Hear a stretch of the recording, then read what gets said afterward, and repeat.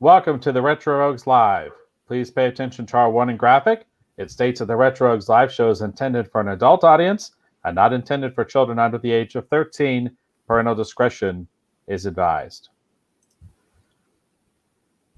So, the Green Lantern is going to be on HBO Max. Is this really the end of Star Trek Vegas? We're going to talk about the China versus US box office. Coming to America 2 goes to Amazon. And we'll also be doing a retrospective of Bride of Frankenstein.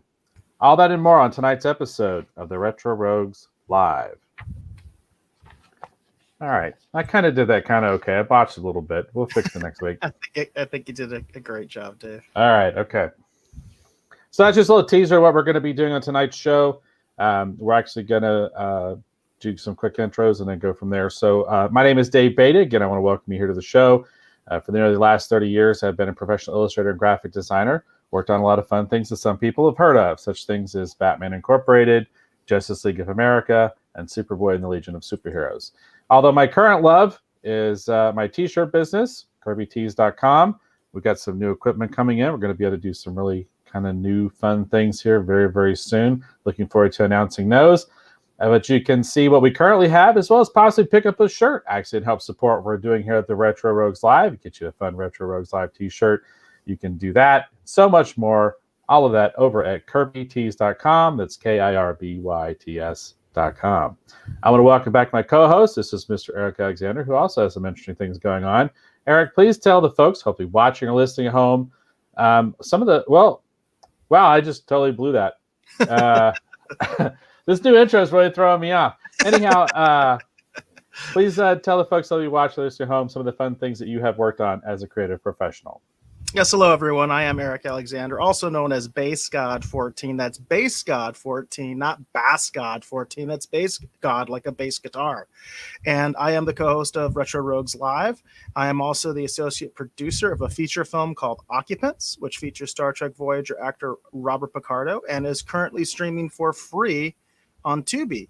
I am also the chief financial officer of a small production company in Arizona called Bad Bob Productions. That's our logo right there for Bad Bob Productions, which is also a co-sponsor of the show. Very cool. So we're going to be tinkering with things as we're moving forward here, everyone. We're still continuing to try to improve the show and just tweak it and make it hopefully a better, more enjoyable experience and entertaining for you, hopefully watching or listening at home. All right, so we're going to start off this week just going right into pop culture news. So here on the pop culture news segment, we talk about anything that's happening in the world of pop culture news that either piques my interest, that piques Eric's interest, anything that we think you would find worthy of discussion. That's what we like to talk about here in pop culture news. So Eric, do you want to go first this week, or do you want me to go first?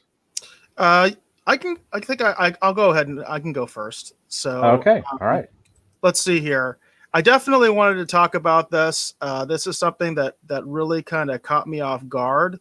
I just heard about it last night. I don't know exactly when the official announcement was made, but it looks like Star Trek Vegas has been canceled. And it's there's kind of a little bit more to this story than what you might think, of course, because of course a lot of conventions have been delayed or canceled this year. It's a common thing. In fact, Star Trek Vegas itself was originally supposed to be in August, as it is every year, and it was delayed until December. And that's what the plan was. But now Star Trek Las Vegas has been canceled. Creation announces the 55-year mission convention for 2021. So once again, there is going to be no Star Trek Vegas this year, but they are planning an event for next year. Now, what makes this story a little bit more interesting is the fact that it's not going to be Star Trek Vegas anymore. They have lost the license. That's why they're going to be calling it the 55-year mission convention. In other words, it will no longer be an official Star Trek convention. And I haven't heard any real news as to why that's happened. Now, it could be as simple as, creation just doesn't have the money to pay for the license. I could see that because obviously they're losing a lot of money because they are not doing in-person conventions right now. I don't think they're even doing virtual conventions or anything like that. So it could just simply be a revenue problem where they can no longer afford the license anymore. But it's kind of troubling news because, I'm pretty old school. In fact, the first conventions I ever went to were Star Trek conventions. I went to Star Trek conventions before I ever went to a comic convention, before I ever went to San Diego Comic-Con. We used to have a thriving community of Trekkies in the Phoenix area, where sometimes at the peak, when you had the movies and you had Star Trek Next Generation and even Deep Space Nine were all airing at the same time. For a little while, I remember that kind of peak. It was not untypical. It was not atypical for you to have 2 or 3 conventions, two or three Star Trek conventions in a year in the Phoenix area, and now they don't have any. And the big reason for that is because at some point, I think in the mid '90s, as these conventions became more and more popular, some idiot up at Paramount decided, hey, we're not making any money off of these conventions. That's not right. Even though these were free advertising, even though they were giving additional work to the actors, some stupid executive decided, hey, we're not making money off of this. So they said, you know what? We're going to start doing cease and desist. You can't use the Star Trek name unless you're official and you're actually paying a licensing fee. And they destroyed all the Star Trek conventions. The only one left basically has been Creation, and there's a couple others, particularly internationally. But the interesting thing about Creation was they decided to do the official licensing.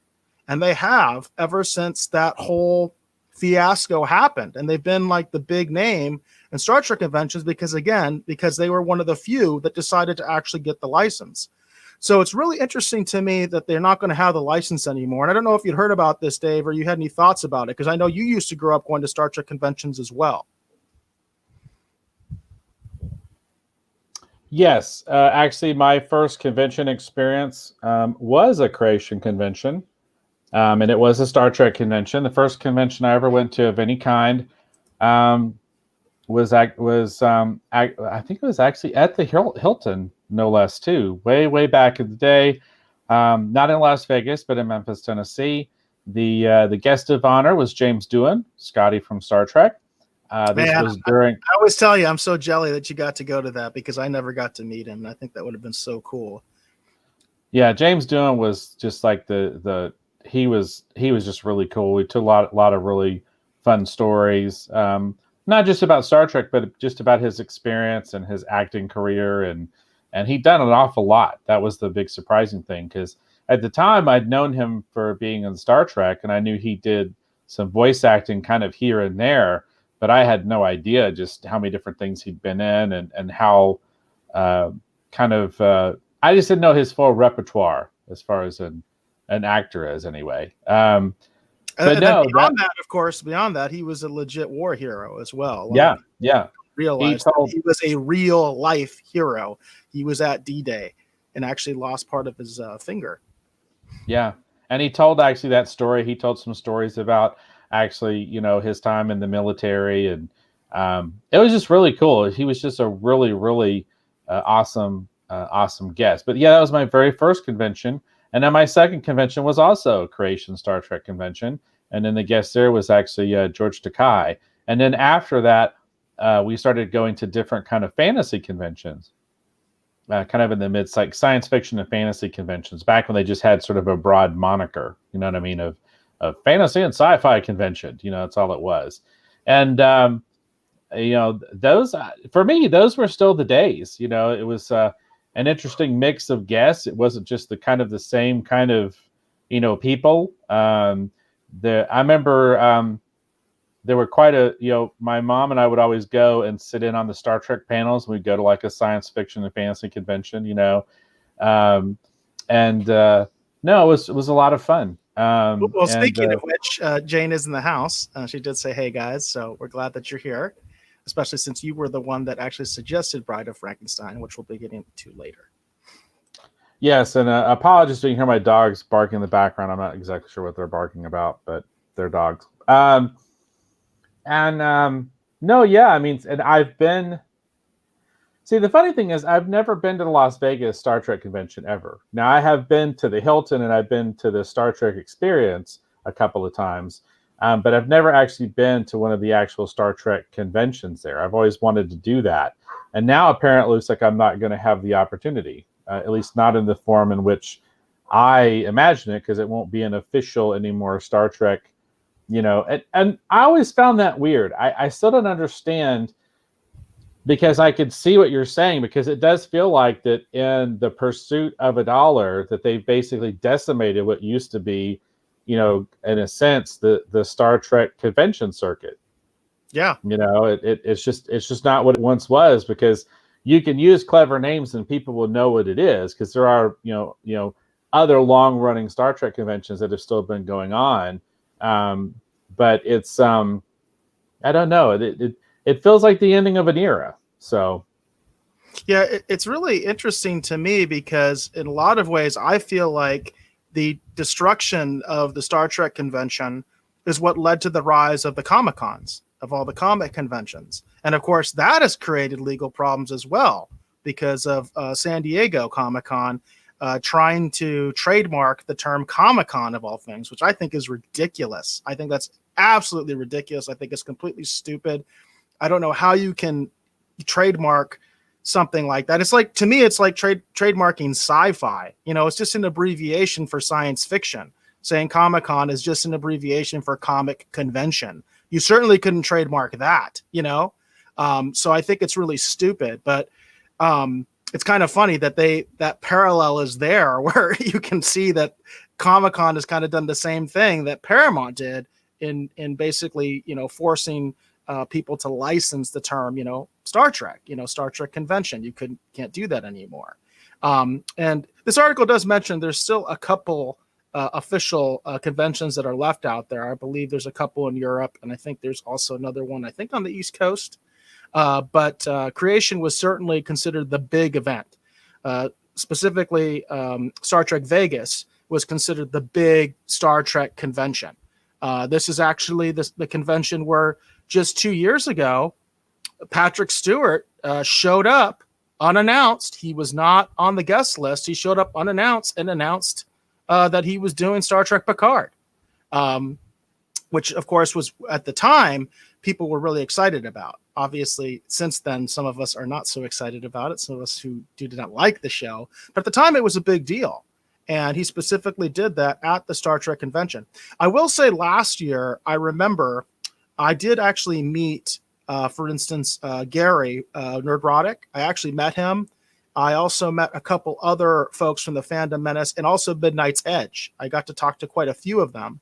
And one of the things that we talked about was how disappointing it was that basically all the big Star Trek news happened at San Diego Comic-Con it was like a month or two before. It was like in June or July, and the Star Trek Vegas was in August last year. And like there was no new news at Star Trek Vegas. So in a way, I kind of feel like the writing was on the wall here. Like I said, I don't have any hard, evidence, or hard source to say why the license has gone away. But that definitely kind of makes me speculate because of, like I said, a lot of people were very underwhelmed, in my opinion, going to Star Trek Vegas last year, simply, from the perspective of commentators and people who were looking for big Trek news. It was like all the big Trek news had already happened at San Diego Comic-Con. Yeah, and I remembered being excited for, because I obviously wasn't there, but I did see the the announcement where Patrick Stewart came out and was talking about what eventually we know now as Picard. And I just remember that was really kind of fun and exciting. I know Discovery's been a bit divisive for people. And I was looking forward to actually checking out season 3 and hoping it was going to be pretty good. And then CBS All Access decided to cancel my account, but we won't get into that tonight. Yeah, it's weird. Yeah, because I just remember there was always fun, big Star Trek news coming out of the Las Vegas convention. There was a podcast I really liked that was actually one of the former cast members of the Star Trek Experience, and then it was like a husband and a wife team that were like just big Star Trek fans, and they all kind of connected through Star Trek, and they would go to the Vegas convention every year, and they covered all the biggest Star Trek news. Their podcast kind of fell off because they kind of got busy with life and doing other things and whatever, and so they just kind of stopped. I mean, they might still be doing it now, but I remember there was like a huge gap, and I kind of stopped listening to them during that time. But for them, their big coverage event, their big thing that had all the breaking news and everything was the Las Vegas, the Star Trek, Vegas convention. So, yeah, I mean, obviously they're still going to do something since they're calling it the 55-year mission, but it will be weird considering the fact that it's not going to be called, Star Trek Vegas anymore. That'll be weird. It is weird. Do you have any speculation as to why that's happening? As because I really haven't heard anything about why they lost the license. I don't know. I don't have any idea or any thought. I mean, it could be, like you said, it could be a financial thing, because let's be honest, if there hasn't been a lot of conventions going on, so that obviously makes things difficult for them financially. Yes. So that could have been it. But the sad part about that is, if that was the case, and if they were talking to, Paramount or CBS or whatever, and then talking to the rep, and they go, look, we've been doing this with you guys for a lot of years. We normally always pay for the license. Unfortunately, this year, because of COVID and everything that's going on, we can't really afford to necessarily do that with this next one.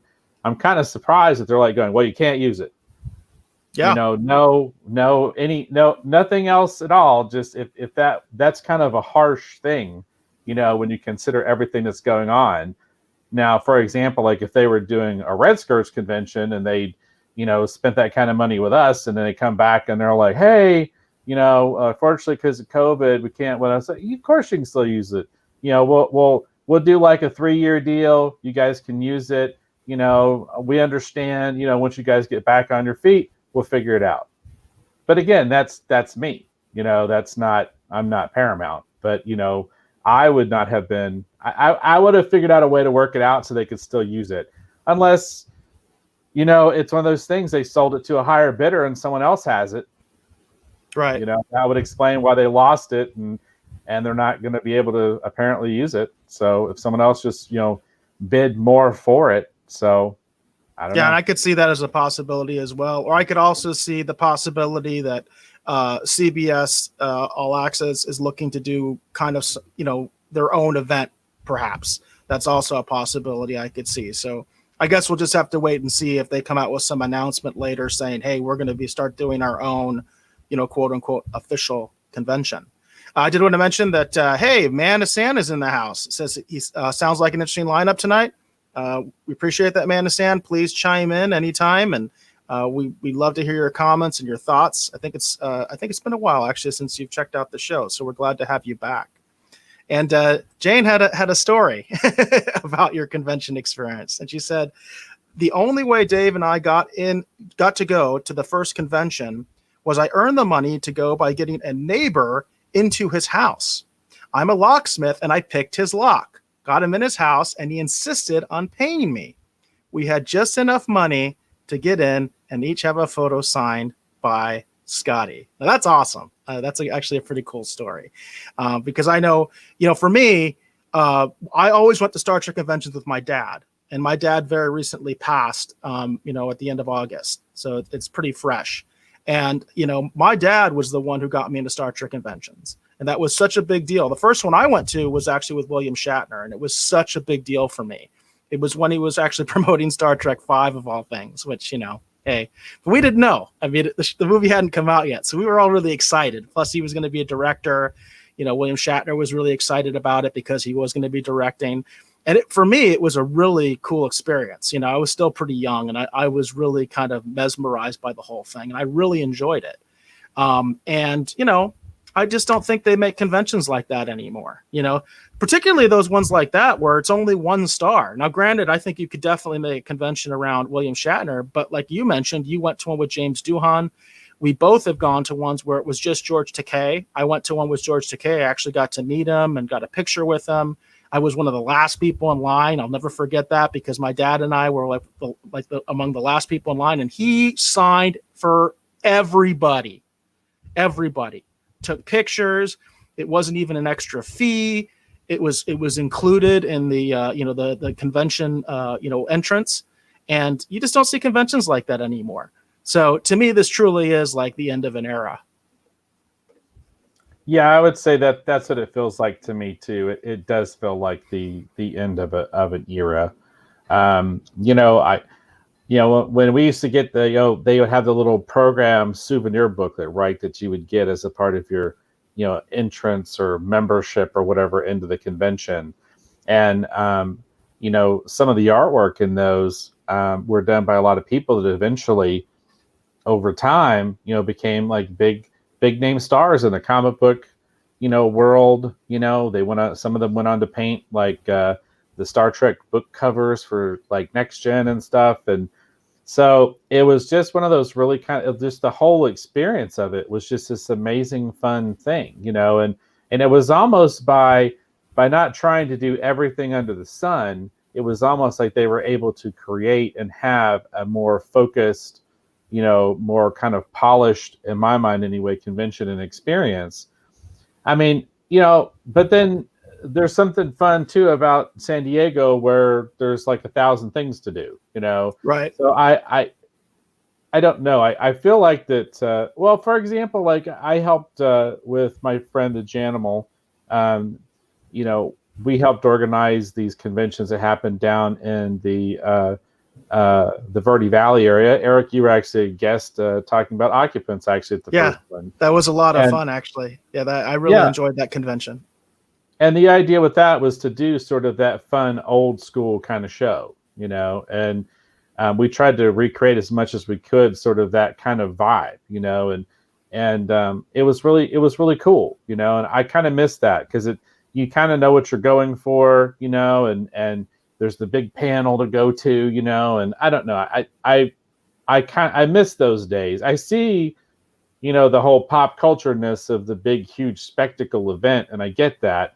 But for me, I just felt like there was something really fun about the way that conventions used to be structured. I wonder if maybe that's where we're headed. Maybe because of COVID, we're going to have to rebuild, and maybe we're going to get some old school conventions for a couple years and kind of build back up. I mean, I think that might be a fun way to do it. Yeah, it's kind of interesting because, there for a long time, there was that model where just like a group of fans would get together, they would pool some money and they would just bring down, whichever actor or author or whatever that they really liked. And you would have one or two guests at that particular convention. And it was really all about being able to have access to that guest. They'd have like dinners and things like that. And today it's very much a cattle call.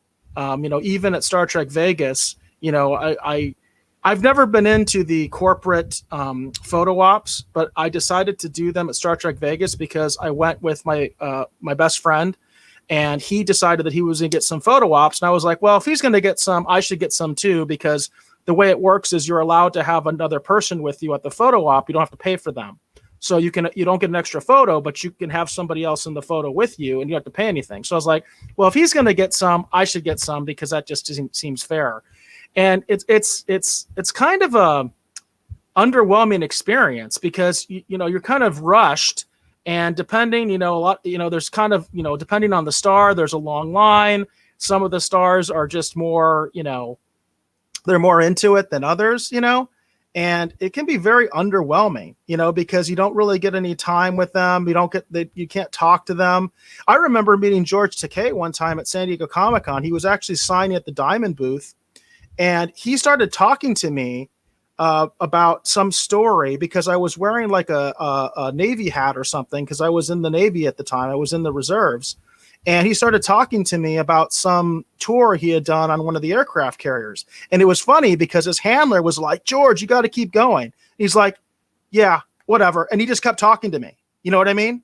And you just don't have that kind of experience anymore at any of these conventions. So it's kind of sad. So maybe, as you mentioned, Dave, maybe that, the silver lining here is maybe we'll start getting back to that. Who knows? Maybe we'll start getting back to those smaller conventions.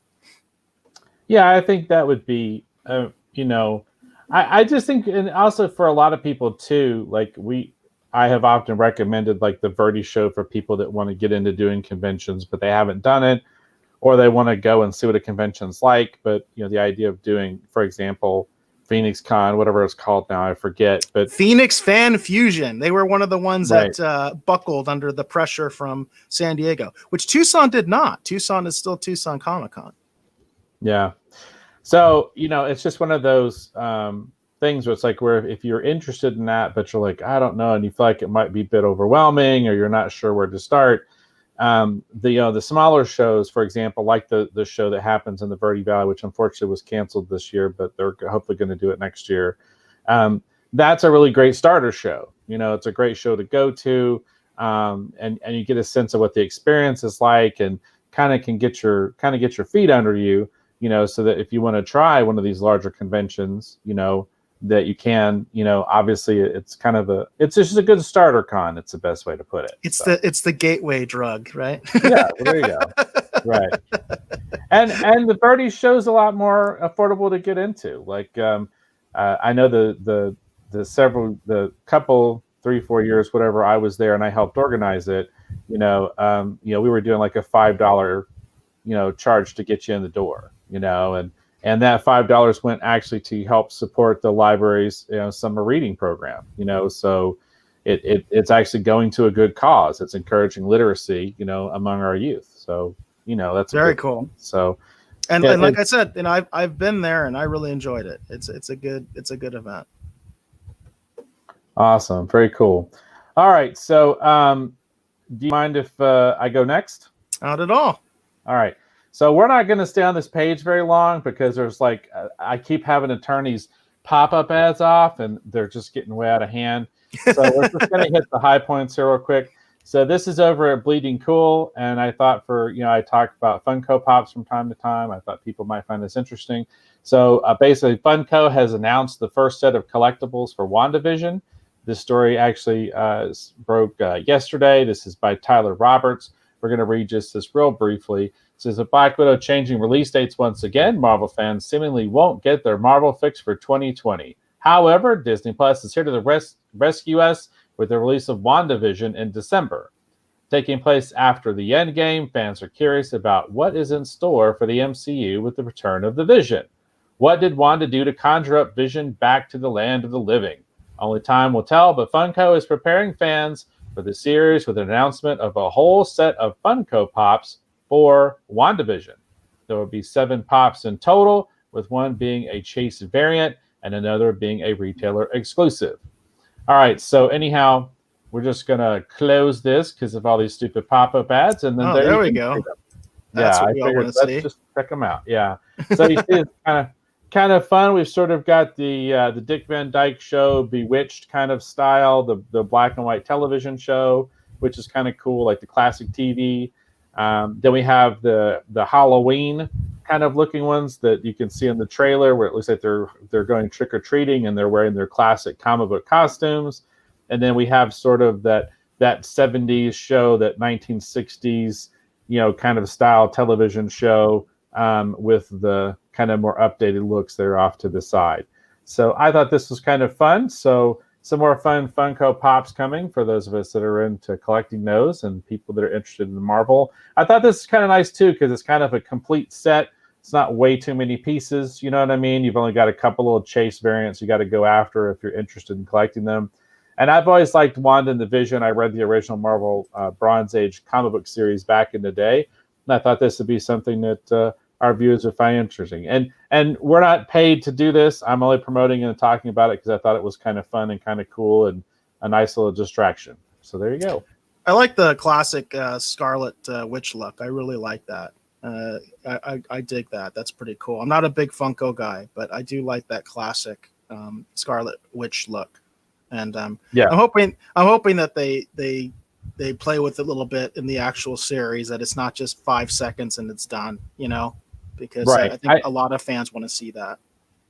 I think it's one of those things that I would imagine it would be an entire Halloween themed episode, and they probably won't be in their costumes the whole time, but I imagine they'll be in their costumes for at least part of the time. I mean, that's, they're going to throw the party, you know what I mean? Yeah. And they get into their costumes, and maybe they could take their kids trick or treating or whatever. I mean, I'm really curious about this show, and the importance of this show is becoming more and more. I don't know what you call it. It's just this show does seem to be becoming more and more important, because since they've shuffled the release dates and they're actually shuffling what they're doing with the films, based on some of the announcements that we've been hearing, it's just kind of crazy, because apparently Doctor Strange is going to be in Spider-Man 3 now. Somehow Yes, I did hear about that. Yeah. Yeah, Jamie Foxx is going to be Electro. There's all these crazy rumors about, Tobey Maguire coming back to be Spider-Man, and that WandaVision is going to be basically what introduces or kind of cracks the multiverse, quote unquote, open, so that basically we can get all these alternate versions of characters, and that there's even rumors that somehow Spider-Man 3 is going to somehow segue into the Doctor Strange movie, Right. Multiverse of Madness, and that this Disney Plus show is going to be the touchstone that kind of sets a lot of these events up, and then the films are probably, hopefully, going to actually pay these storylines off. So I'm really curious. About it. So yeah, I'm super curious about WandaVision, because it looks, I mean, you can just see from these, it looks like such a trippy show. So it'll be interesting to see what kind of format it's going to be, because it looks really bizarre. So we'll see how it works. And I grew up, watching, a lot of those shows back in the day. I watched a lot of those with my mom. Like I loved I Dream of Jeannie and Bewitched, Leave It to Beaver. I used to watch Leave It to Beaver. Dick Van Dyke, you mentioned. Yeah, those kind of shows. I grew up watching those reruns all the time as a kid. And even some of the later ones too, when, for example, like Bewitched went to color, or even if you want to talk about stuff like the Partridge Family or whatever. So I'm really curious how they're going to sort of celebrate like that classic sitcom American television while inside the MCU, and giving this crazy mind trip that's going to somehow lead us into the multiverse, and really explore that concept. Because it's interesting, because I don't really think about, quote unquote, the legacy of the Marvel films per se. I don't think of that in that context. Like when they announced Michael Keaton playing Batman, for example, in the Flash movie, I was very excited. And there's a very deep, rich history to celebrate with the DC when you want to talk about films and television. I mean, that's partially what they did with the Crisis event on the CW.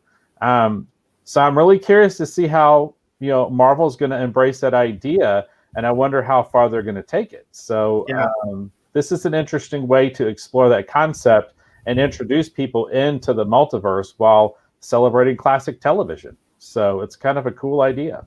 Yeah, it'll be interesting. I definitely think we'll probably be talking about it on the show for sure. Very cool. Very cool. All right. So what do you have up next for pop culture news, Eric? All right. So we had talked about in the teaser that we were going to get into this a little bit. So we have been talking a lot about the theater industry on this show, and some of our concerns about what's going on, and the sort of the state of the box office right now. And there was even that story out there where Patty Jenkins, the director of Wonder Woman, was basically putting the warning out there that we may be seeing the end of the traditional movie theater, that the entire industry might be destroyed because of what's going on right now. So this is an article from Variety, and it's pretty interesting. So it says, China box office poised to surpass U.S. as world's largest movie-going market amid pandemic. So obviously, with everything that's been going on, the state of the international box office has been all over the place, and the domestic box office in the U.S. has also been affected tremendously, especially with New York and California still in shutdown. Here in Arizona, you can go to a movie if you want. Most of the movie theaters are open, but in California and New York are probably the largest markets in the United States. They're still closed, but a lot of international venues are open. And so this article talks about China's patriotic "My People, My Homeland" has grossed $325 million as of Monday evening local time, earning more money in less than 2 weeks than the $323 million that Christopher Nolan's Tenet has grossed globally in over a month. That's crazy. So basically, we have a homebrewed movie from the Chinese film industry. That my understanding is that this is a very, for lack of a better term, it's almost like a propaganda film. This is something that they made in China that was obviously approved by the Communist Party, and it's become very popular, made by their own film industry. And it's grossed more money in China. As far as I know, they don't even have an international release for this particular film because it's so Chinese centric. It's made for a Chinese audience. It's, made, with the approval of the Chinese government, all that kind of stuff. And it's made more money than Tenet has made in the international, U.S., and international market combined. And that's crazy. It's crazy to me, but it really shows the power and the depth of the Chinese market. As far as how big it's got, because we've been hearing a lot of this where people have been talking about how more and more Hollywood is trying to cater films for China because they realize, what a huge market it is. It is traditionally the second largest market compared to the U.S. domestic market. But now we're in a position where it looks like this year China is going to surpass North America. It says this weekend the total Chinese box office hit 68 million. Once again, far surpassing sales in North America, where cinemas earned less than 9.5 million. Isn't that crazy? Less than 10 million, basically, is what the American cinemas have made. It says to date, the Chinese box office has grossed 1.9 billion so far in 2020. That tally puts China now neck and neck with the North American market's year-to-date earnings of 2.08 billion, according to Comscore. It said both markets, though, are down 76% year on year. So basically from last year, they're down 76%. But that's pretty interesting. So basically, 1.9 billion compared to 2.08 billion. And I guess what they're projecting here is that based on how the Chinese market is doing right now, they're going to surpass the North American film market. Well, that's interesting. It makes sense that they would be able to surpass the American market when you consider that basically most of our theaters are still kind of shuttered. People are still concerned. They're not sure, how comfortable they feel about going out and doing things, but, because of, what's going on with the pandemic. So, it makes sense that, in my mind, it makes sense that eventually one of the markets would emerge, and maybe surpass us, temporarily at least. I'm really curious. I'm really curious to see how we come out of this, how we rebound from this, hopefully in the next year or two, and how this all kind of plays out long form, because there's a lot of, like been watching more stuff on YouTube lately since CBS All Access canceled my account.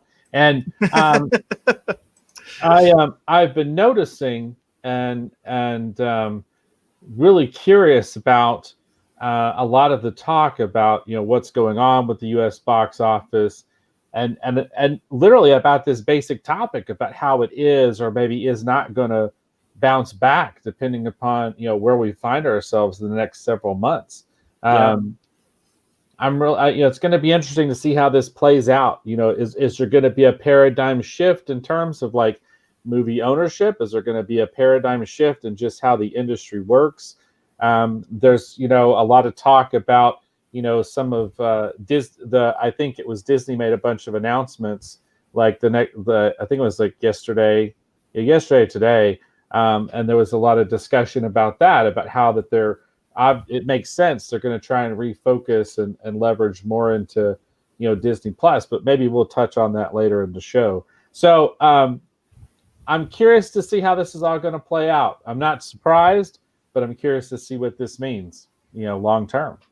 Yeah, and it really, to me, the thing that's also really interesting about this is the fact that not only are we talking about the Chinese, domestic box office and just in terms of their theaters, but this also relates to how much of a powerhouse they're becoming in terms of studios, in terms of the fact that they are producing films and they are able to make films where they are able to sustain them with their own market, essentially, and have big hits without necessarily even releasing that film widely internationally. So it kind of changes things there too, because it's interesting to see, how that's going to play out in terms of, the Chinese cinema industry, where that goes, because of course China does have a lot of censorship issues and things like that.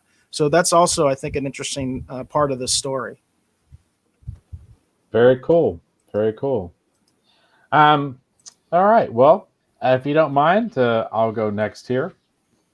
Okay, so this is coming from Screen Rant. This is, I saw a lot of chatter about this, so I thought it'd be worth discussing. A lot of different chatter, a lot of discussion about this. So this is by Andy Beckbart. I'm not sure, I know I'm saying that wrong. My apologies. Not intending to be insulting or all. I'm just not exactly sure how to say the name.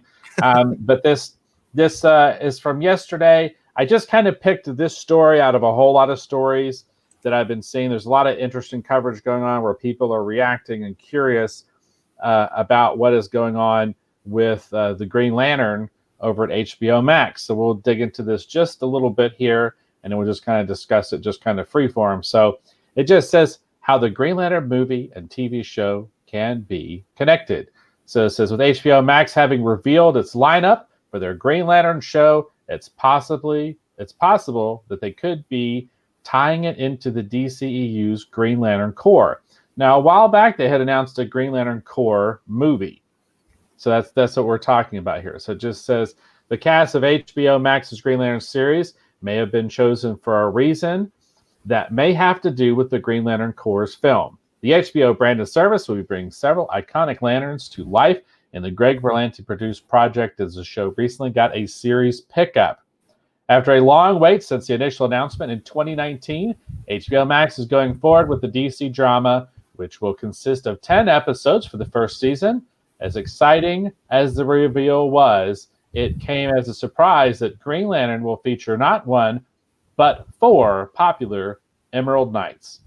Aside from Sinestro, who was already revealed to be part of the show, Green Lantern will also feature Alan Scott, Jessica Cruz, Simon Baz, and Guy Gardner. While the series is proceeding, there's still little to no word about what's going on with the Green Lantern and the DCEU, as the feature film has been in active development for years. Even when the series was announced, it was reported that Green Lantern Corps was still a major priority. But as DC's cinematic universe is moving forward with other characters, Green Lantern is still nowhere to be seen as of yet. However, given that the TV show is on a major platform like HBO Max, could the two projects somehow be connected?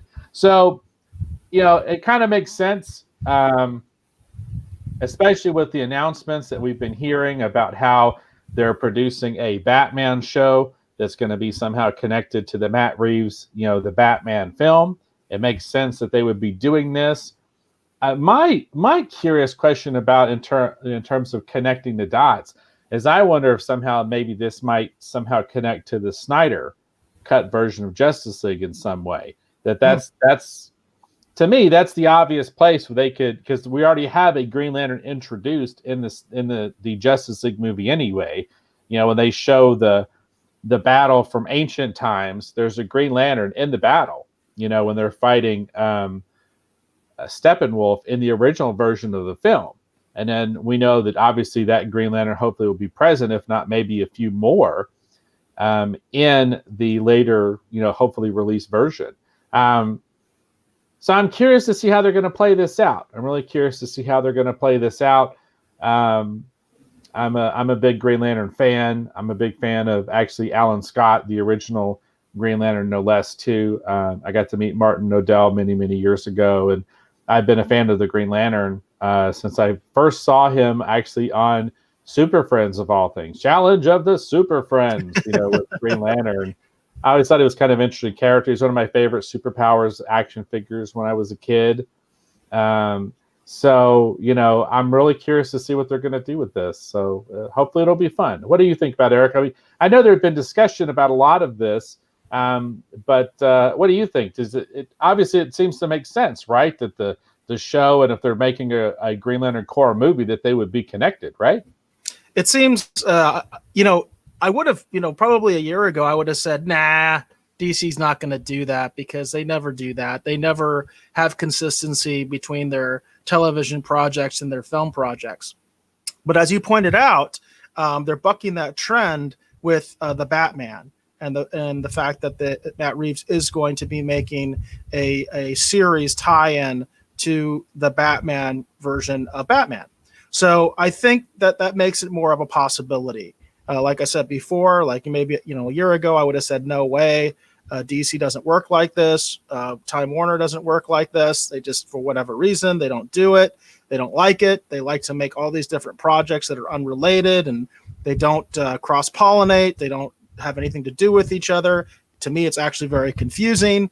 I think it's a weird choice. I actually like what the MCU has done, the fact that they even tie in their television shows to the movies. I think that's really awesome because for me as a fan, I really like that. But as you mentioned, again, because of what's going on with the Batman, I could see this as a real possibility. And so it would be interesting if they did this. I think this is the way DC should be doing things. I would like to see more tie-ins between the television shows and the movies. It would make me more invested in the television shows. I don't really watch the television shows. I've mentioned one of the issues is I don't really get the CW, on my TV. I did recently download the CW app though, so maybe I'll start checking some of this stuff out again. It's interesting, and it seems like I think that at this point, Warner Brothers seems to be kind of getting it a little bit more, and this is a real possibility. Whereas, again, just a year ago, I would have said no way. No, yeah. It's I'm really excited to see what they're going to do with this. I mean, I'm excited to see what they're going to do with the Snyder Cut. I'm curious to see if maybe there's even the possibility, because that Green Lantern character that was in the Justice League, I wonder if he might even be replaced with a different Green Lantern, and maybe somehow the show might, even theoretically, help lead into the cores in a more direct way that will actually tie back to those events. Now, one of the issues, obviously, the big elephant in the room is I think the Green Lantern has been affected by the Ryan Reynolds version of Green Lantern. Did you see that one, Dave? And did you have any thoughts on that one? I did see the Ryan Reynolds Green Lantern movie. I actually own it. It's I feel like the problem with that particular version or that particular Green Lantern movie, in my humble opinion, is just that they try to do too much too quickly. I think that's at the end of the day, in my mind anyway, kind of what went wrong. Because when you look at that film, boy, they cover an awful lot in 2 hours.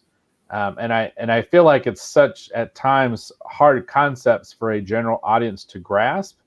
But I sometimes feel like that's usually the problem with a lot of the DC films. I feel like they're in too much of a hurry, to just get to the payoff. They don't take their time. That's for sure. Yeah. They you can, again, comparing the MCU to what DC has done, Marvel really took their time and they established each of the characters in their own movies and then brought them together. Whereas we got one Superman movie and then all of a sudden, okay, Batman, Wonder Woman, everybody will tease Cyborg and Flash and Aquaman. And it was like a mess, in my opinion. I do not like that movie. I do not like Batman versus Superman. And I think it was just a mess. And it's because DC, for whatever reason, does not like to take their time. And I don't know why that is, because I think every single one of these characters can stand on their own, and you can definitely develop a franchise in every single one of them the way Marvel has. And then you can also bring them together for these big, huge, like event movies, I think that's a great idea. And, hey, that's what the comics did for years and years. All of these characters had their own comics. And then there was also the Justice League comic where they all came together, you can see that with the shows. So many of these characters have had their own cartoons. And then, of course, you also had the Super Friends, right, where you had them all together. And, that's one of the ones that I really enjoyed. But they still had individual shows. Batman had his own show. Superman had his own show. Aquaman even had his own show, at one time. So it seems like, I don't know. I think a lot of times they're a little bit short-sighted with how they do this. I will mention that my brother loves that Ryan Reynolds version of Green Lantern. And I've actually never seen it. But my brother really likes that one. I actually quite like they made an animated Green Lantern standalone film. And then they did a second one that actually, I think it was called Emerald Knights or Tales of the Green Lantern Corps' Emerald Knights or something like that. That one was pretty good too, but I quite liked the first one. I liked it so much I actually bought the soundtrack score. It's in my iTunes library, isolated over here on my old desktop computer because Apple and PCs still don't like each other or something. And I can't easily play that music on my mobile device. And even though Apple computers at this point are PCs, I mean, I find myself questioning those decisions I made back in those years, buying all that stuff on iTunes. But anyhow, I digress. No, yeah, I like I said, I like the film for the most part. I ironically enough, I almost indirectly worked actually on that film. Scott and I had several meetings, and they wanted us actually, Scott Clark and I. They wanted us to actually do either one or more of the tie-in comic books that was going to lead into the actual Green Lantern film. There was one, talk about San Diego Comic-Con. There was one entire San Diego Comic-Con. All Scott and I did, it seemed like, was go to meetings and discuss this possible project that they were pitching us. And they couldn't figure out if they wanted us to just do them outright or they just wanted us to do one. But the thing they liked is because Scott and I were doing a lot of stuff, basically taking CGI models and incorporating them into the comic book art. They liked that idea because they wanted to know if there was some way that when we create these CGI models that we could have them be very close to the movie props and everything.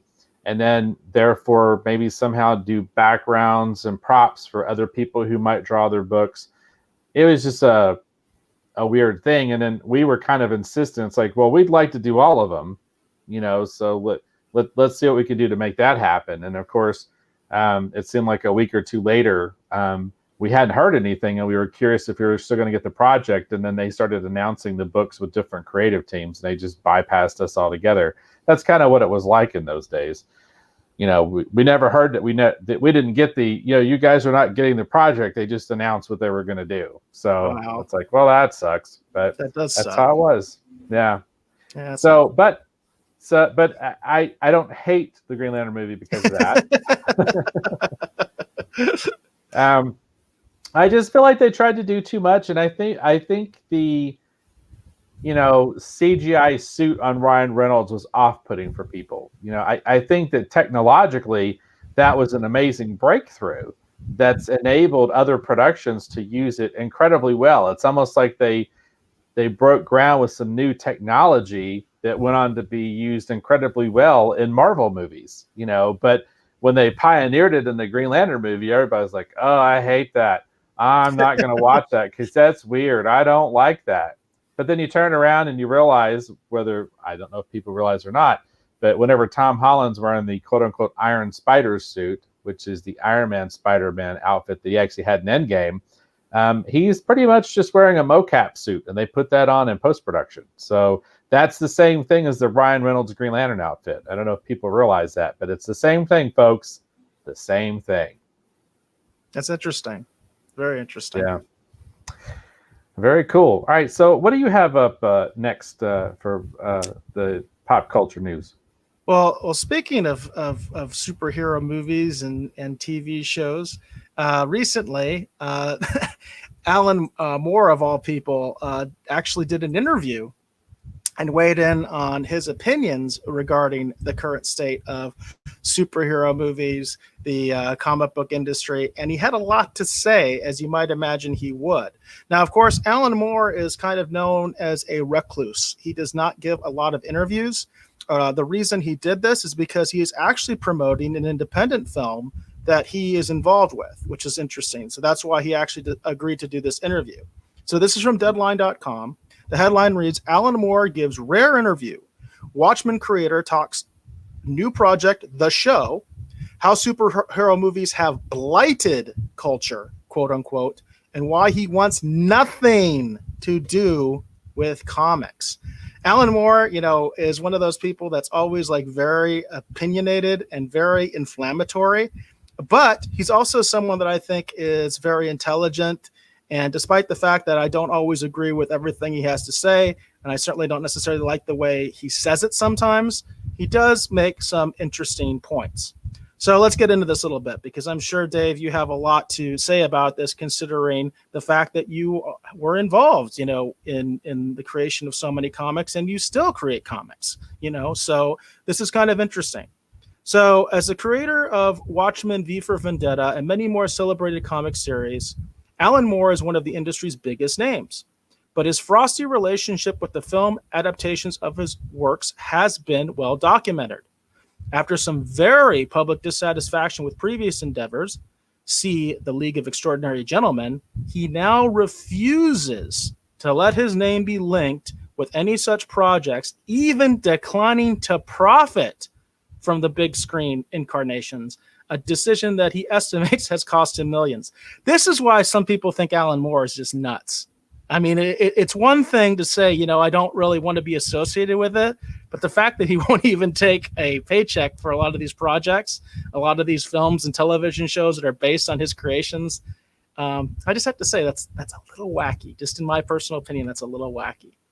So now it says Moore is attempting to break into the film business on his own terms with the original project, The Show, starring Tom Burke and directed by Mitch Jenkins. The fantastical adventure set in Moore's hometown of Northampton follows a man's search for a stolen artifact, a journey that leads him into a surreal world of crime and mystery. So I definitely want to say I can relate to this because, that's kind of what I'm doing. I'm doing independent film. And so I think that's kind of interesting that that's where Alan has decided to go. It makes a lot of sense because obviously when you go the indie route, you have a lot more control. What you don't have usually is a lot of money. So in fact, I think they said that they made this film for less than $1 million, which is like, to Hollywood, that's, chicken feed. That's considered a very low budget movie. So I do think it's interesting that Alan Moore has decided to get into independent filmmaking. And I kind of applaud him for that because, I understand going that route. That's basically the route that I've been taking. So this interview goes on and basically he says a lot of very inflammatory things. But the big thing is that, he talks about how comics have changed over the years and how he even admits that he has a lot to do with that change. And one of the things he talks about, and I've talked about this with you, Dave, and I don't know if we're quite eye to eye on this, but I always lament the fact that comics are no longer really made for kids. There are kids comics, like a lot of these adventure style comics, which I buy for my kids and things like that. But that's like a small section of the comic book store. Most comic books are actually meant for people like me. They're actually meant for males in their late 30s, early 40s. And it seems like that number keeps going up and up and up. Eventually, it's going to be made for 50-year-olds. That's how it feels like the comic book industry is right now. And one of the things Moore talks about in this interview is that he laments the fact that these superhero comics were always meant for like 12-year-olds. And that's what superhero comics really should be. And he thinks that the fact that so many movies are now based on superheroes on this sort of the way he puts it, sort of this backwards approach where people are sort of reliving their childhood. He thinks that's actually a really bad thing. And I'm just kind of curious if you had heard about some of these comments and what you think about them. Okay. Well, Alan Moore has a lot of opinions. Uh, let me start off by saying, number one, he is partially responsible for where the industry finds itself, partly because his work, along with the work of Frank Miller, really pushed the comic book industry at the time to be more edgy, more contemporary, more adult, tackle kind of harder themes. I mean, Danny O'Neill, with Neil Adams had, done some of this with Green Lantern, back in the day, but he really pushed it further than anyone else had. Like I said, it specifically, it was his work and Frank Miller's work that kind of leads us to kind of where we are today. A lot of the Image Comics creators that eventually at one time were rock stars, a lot of them attribute their inspiration, to Frank Miller's work on Dark Knight Returns. That's a seminal work that is the touchstone that leads us to where we are now. As far as Alan Moore's comments in terms of psychoanalyzing, what's happening with the movies and whatever else, I mean, is there nostalgia in a lot of these projects? Of course there is. That's what led the movie studios into wanting to do these projects in the first place. They thought, well, there's a lot of people that like this stuff. Maybe they'll buy a movie ticket, right? Yes. That makes sense. I think any person with any common sense would understand that. So there is an element of nostalgia. Are some comic book fans reliving some of their moments, remembering reading those comic book stories when they were younger? Of course there are. And are they sharing those experiences while they're watching those movies with their families? I hope they are, because that was part of their American experience growing up. So, do I think that's a bad thing? Of course not. I get this feeling that because Alan Moore's doing independent film and he's doing quote unquote serious work. I don't have my cam on, so you couldn't see my air quotes. And this is just my opinion. Again, just my opinion, not the opinion of Retro Rogues, just mine. But again, using air quotes, I mean, I could see where it seems there's this belief that, because we're quote unquote not doing serious cinema anymore, because the superhero stuff isn't serious cinema, right? That we're going to denigrate it. We're just going to tear it down, But the superhero genre is just a hot genre. Like martial arts action movies were a hot genre in the 90s. That's what made Van Damme and Seagal big household names and huge stars at one point. Just like westerns going back to the 50s. I mean, it's just like with all things, it's a phase. Hopefully, it's a genre that stays around and continues to evolve, and becomes its kind of own thing. Like we have science fiction as a genre, we have action adventure as a genre. Martial arts movies were a genre, So I don't understand all this criticism that the superhero and the comic movies get still. It just feels stupid to me. That's my personal opinion, okay? And all I'm going to say while I'm on the topic here, just real quick, isn't it an unfortunate shame that Alan Moore didn't decide to go ahead and profit from his comics lineage, and then he could take that money and use it to fund his independent films? But I digress. Yeah, that's actually a really good point. Here's one of the things that specifically that Moore said during the interview that I found interesting. So the question from Deadline was, you said you feel responsible for how comics have changed. Why? And Moore responds, it was largely my work that attracted an adult audience. It was the way that was commercialized by the comics industry. There were tons of headlines saying that comics had, quote, grown up. But other than a couple of particular individual comics, they really hadn't. This thing happened with graphic novels in the 1980s. People wanted to carry on reading comics as they always had. And they could now do it in public and still feel sophisticated because they weren't reading a children's comic. It wasn't seen as subnormal. You didn't get the huge advances in adult comic books that I was thinking we might have, as witnessed by the endless superhero films. So again, what I think is interesting about this particular perspective, because I saw this when I first went to San Diego Comic-Con, and I really saw this and it really concerned me. That was in like 1999. And this is when I was trying to self-publish my own books. And I really felt, that there was all this writing on the wall. There was all this doom and gloom that year at San Diego Comic-Con because everybody was talking about the death of the comic book industry and that it was going away. And talking to people and realizing where the industry was, I actually hadn't been buying comics very much at that point. I'd kind of gotten away from it for a couple of years, and then I was starting to get back into it. It was interesting to me, that I felt, I still feel this way, is that the comic industry chased the kids away. And when you chase the kids away, there's no new audience. You're basically, the audience just gets older and older and older and older, and eventually they die, and there is no audience anymore. And I feel like that's the fundamental flaw in the comic industry right now. One other thing that's really interesting that Moore talks about is it's not like he doesn't like superheroes, but what he's trying to say is superheroes are meant for children. And I agree with that. I think superheroes are primarily meant for children. Is there that nostalgia? Of course. This is the Retro Rogues Live. Of course, this show is all about nostalgia. We are guys that are, in our 40s, and we're talking about this stuff, and we love superheroes. We're talking about toys and all that kind of stuff. But it seems to me that, one of the fundamental problems with the industry has been the fact that they aren't getting that new blood into it, especially in comics.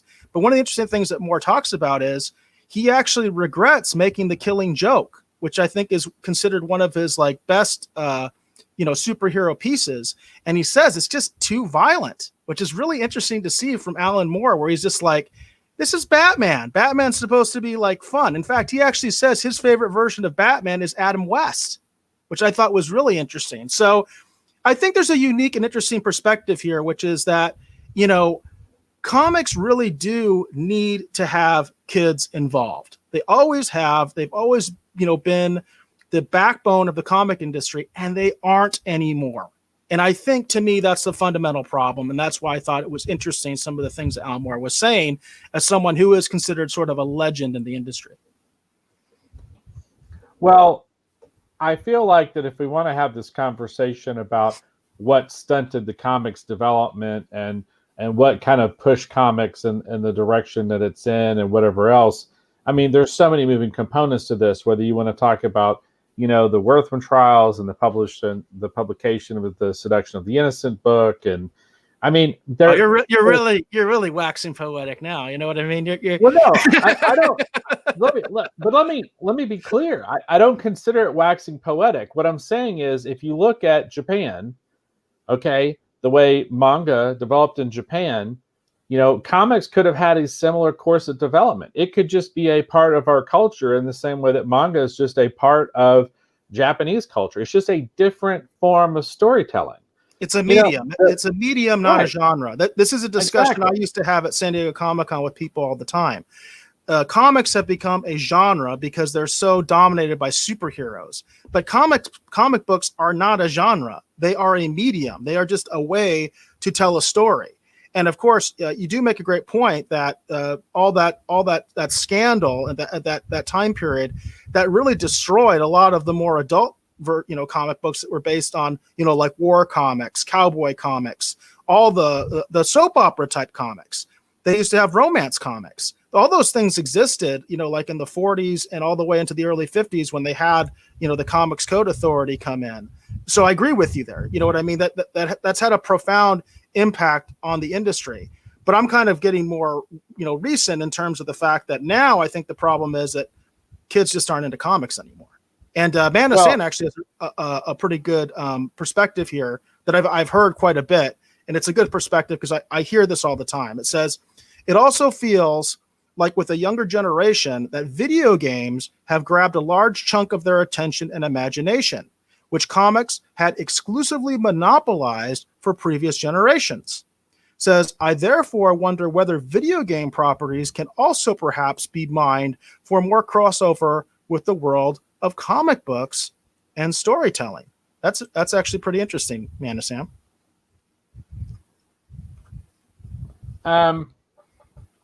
It's a good point.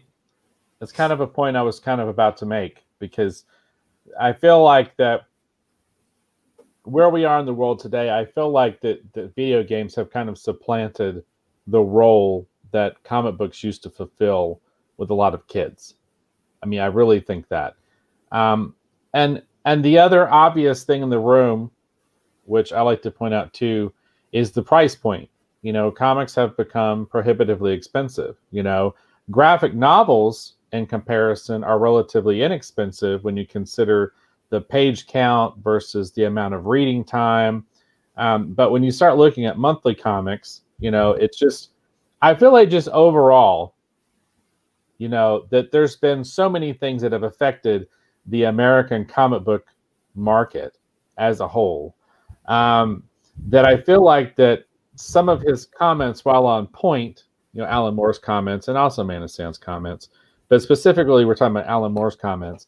While a lot of his comments are kind of on point, I feel like yet again, even though he's a legend, it is yet again another oversimplification of a super complex problem that involves too many moving parts for you to really be able to just sit back and point one finger and say, "Oh, it was this," or "Oh, it was that." Is it a potentially a large factor? The aging up of the material and it leaving a generation behind.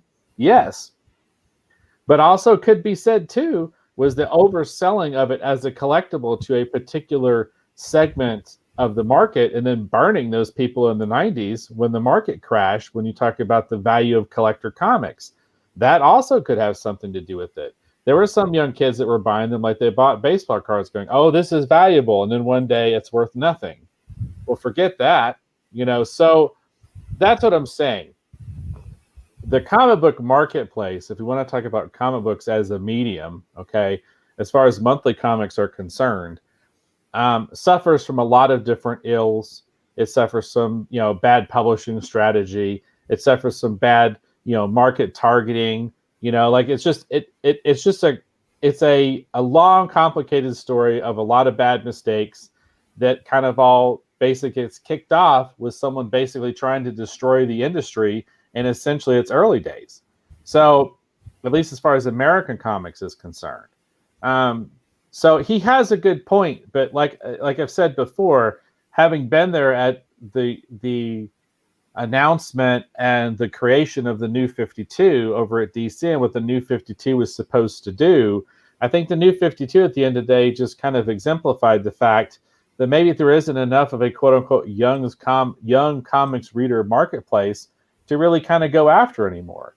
And then the reason that doesn't really work has to do with a lot of things, whether you want to talk about too dense story structure, so it's hard for people to enter, whether you want to talk about just the price point of the actual monthly books themselves, where you want to talk about accessibility. I mean, right now, comics are more accessible than they've ever been before. When you look at platforms like Comixology, when you look at the ability to go and check out a graphic novel at the library or pick one up, at either a local bookstore or the few chains that still survive. I mean, the book market alone has suffered some pretty major hits too. So I think it's just where we are in the world today.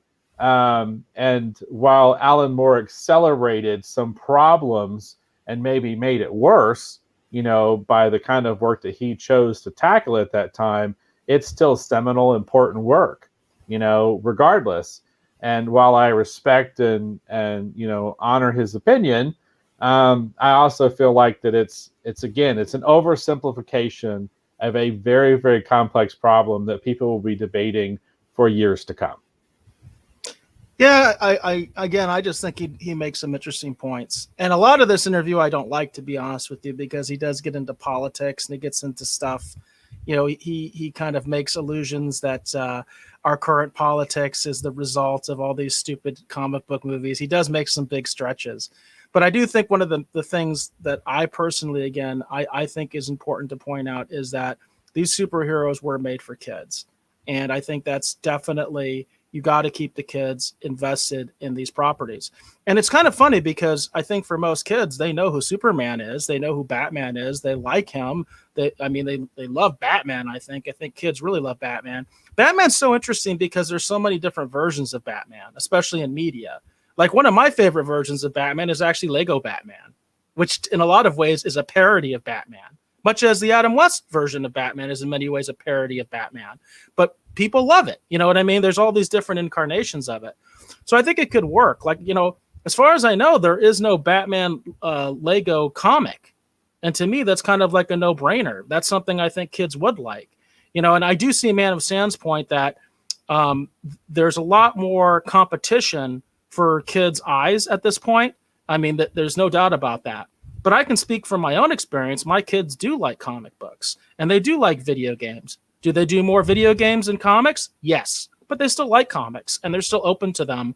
But for me, a lot of times when I go in a comic book store, I can't find anything to give them that I think is appropriate for them, that they're going to enjoy. So that's kind of that's the part of what Alan Moore was saying that I thought was so interesting. Well, and like I said, I can see his point, and I see your point. You know, I think the last time we got into this debate, I conceded that as well. The only point I'm making it yet again is just that I feel like that, you know, could there be more material aimed at a all ages audience? Yes. And the only thing I can do in order to affect that is be mindful of the kind of content that I am personally creating and the kind of things that I'm making available for other people. You know, Red Skirts is for an all ages audience. You know, that's basically what it's intended for. And if you read it and if you enjoy it, you know, that's what you're going to find. That's something that anyone can read and enjoy. That's the whole point, you know. And that's all I can do. And in my, you know, waning years or whatever you want to call this stage of my career, you know, whether you want to call it a train wreck or enlightenment is up for debate. My goal for myself personally, speaking about my own work as a non-legend, is to basically hopefully create things that basically everyone can hopefully find enjoyment in. You know, I want to do a superhero project. I have a few other things I want to do. You know, but my signpost that I keep looking at is I look at the effect that Batman the Animated Series had, you know, on so many different people, whether you want to talk about the comics work that was done. You know, there was some really great work done there. I love the work that was done by Mike Parabek, for example. When I keep figuring out where my style is today, where my style is now, I keep looking at the work of Mike Parabek in Batman the Animated Series, you know, the comic book version. You know, that's Which what I really find. liked. I thought that was really good. The comic book version of the animated series. I have a few of those. I always think Mad Love. I mean, that's a classic. The Mad Love story, the introduction of Harley Quinn's origin and everything like that. I love that book. Yeah, and that I think that one's actually mostly Bruce Timm, but yeah, you know, it's you know that's what I think of, and that's the kind of thing I want to capture. You know, that kind of just fun, all ages enjoyment that hopefully anyone can enjoy. You know, whether you're a kid or, you know, and you try to have it where it appeals to hopefully the largest audience that you can. You know, there's also some thought though that maybe that's the wrong way to go about it. That maybe you should aim at a very specific targeted group. You know, along those lines, and you see certain people like I think that. You know, Brian Pulido with the Coffin comics and, you know, the Lady Death stuff. I mean, you know, which they is a know tremendous success with that. They know who their audience is. You know, they're targeting them, you know, with a very particular kind of content that they know will appeal to them, you know. So I sometimes look at what they're doing and going, I'm doing this wrong, you know. So, you know, hopefully there's room for both. You know, on the spinner rack, hopefully, even though I know the spinner, I'm talking metaphorically, hopefully there's room for both on the spinner rack. Actually, we need the spinner rack. That's one of the problems too, in my personal opinion, is we need to bring the spinner racks back, because I've mentioned this many times. I primarily got my new comics growing up at Circle K. I went to Circle K, I got some candy, and I got a comic book. It was like a special treat to go to an actual comic book store, and actually a rare event. I normally got my comics at Circle K. Well, and I keep, you know, I remembered I was so excited when they were making the announcements about, you know, the collected editions that were going to put into Walmart. And I thought those collected editions that were going into Walmart could be a very interesting way, you know, to, you know, kind of introduce, again, a larger market or open up some new markets or some new readers, you know, in an area that obviously has a lot of high traffic. But, you know, they take it and they put it off in this little pop culture section or whatever they call it. And at the Walmart here where I live here in Prescott Valley, they're always moving it around. Like I can't Yeah, even find it anymore. I don't even know where the heck it is right now. that's Um, crazy. and it killed me too because the comic book stores were upset, going, "Well, why is Walmart getting this content and we're not?" And I think right now we're almost to the point where these collected editions are probably only going to comic book stores now. I think that's almost where we're at, and it just kills me because the whole point of the new reader initiative, I feel, and this is what always happens. There's a new reader initiative, and it seems like a great idea, but for whatever reason, before it really takes off, or maybe it never really, materializes the numbers they want to have, they just find a way to repackage it, and they just start selling it to the diehard collectors again. I mean, that's and that at the end of the day is the real problem. Yeah, All these new reader initiatives they abandoned because the sales figures never really, and even with the new 52 was initially putting up the sales figures that they wanted. But guess what? They went, well, you know what? Let's lean into our core audience a little bit more. And yeah, then by the time that you're done, it's like, oh, I got to read 30 books to read one storyline because here we've got all these interconnected events again, and you're right back in the mire of the same problem. And whatever right. the original new reader initiative idea was, that's fallen by the wayside a long time ago. Yeah, yeah, I can totally see that. That's really like a catch-22 situation, and it's I think it comes to just a lot of corporate types. Unfortunately, they don't really think about the big picture. They're just looking at the quick buck, and they're not really thinking legacy and how they don't really have that 5-year plan, that 10-year plan. You know what I mean? I just think there's a lot of a real lack of foresight in a lot of that. It just because I can see exactly what you're saying. I mean, that's exactly what it seems like happens all the time. Jane has sort of a recommendation. She says Shinobi Ninja Princess is for children. I'm actually not familiar with that title. It is done by Martheus Wade, and it's available now. So if anybody's interested in checking something like that out, it actually sounds interesting to me. But I am not familiar with that particular book. Yeah, Anton Martheus Wade was actually on the show. Oh, okay. Yeah, and that's actually his book that he does, Shinobi Ninja Princess, that he was I need to talking check it about. out. So I should check yeah, it out. I would recommend it. So Absolutely, that sounds good.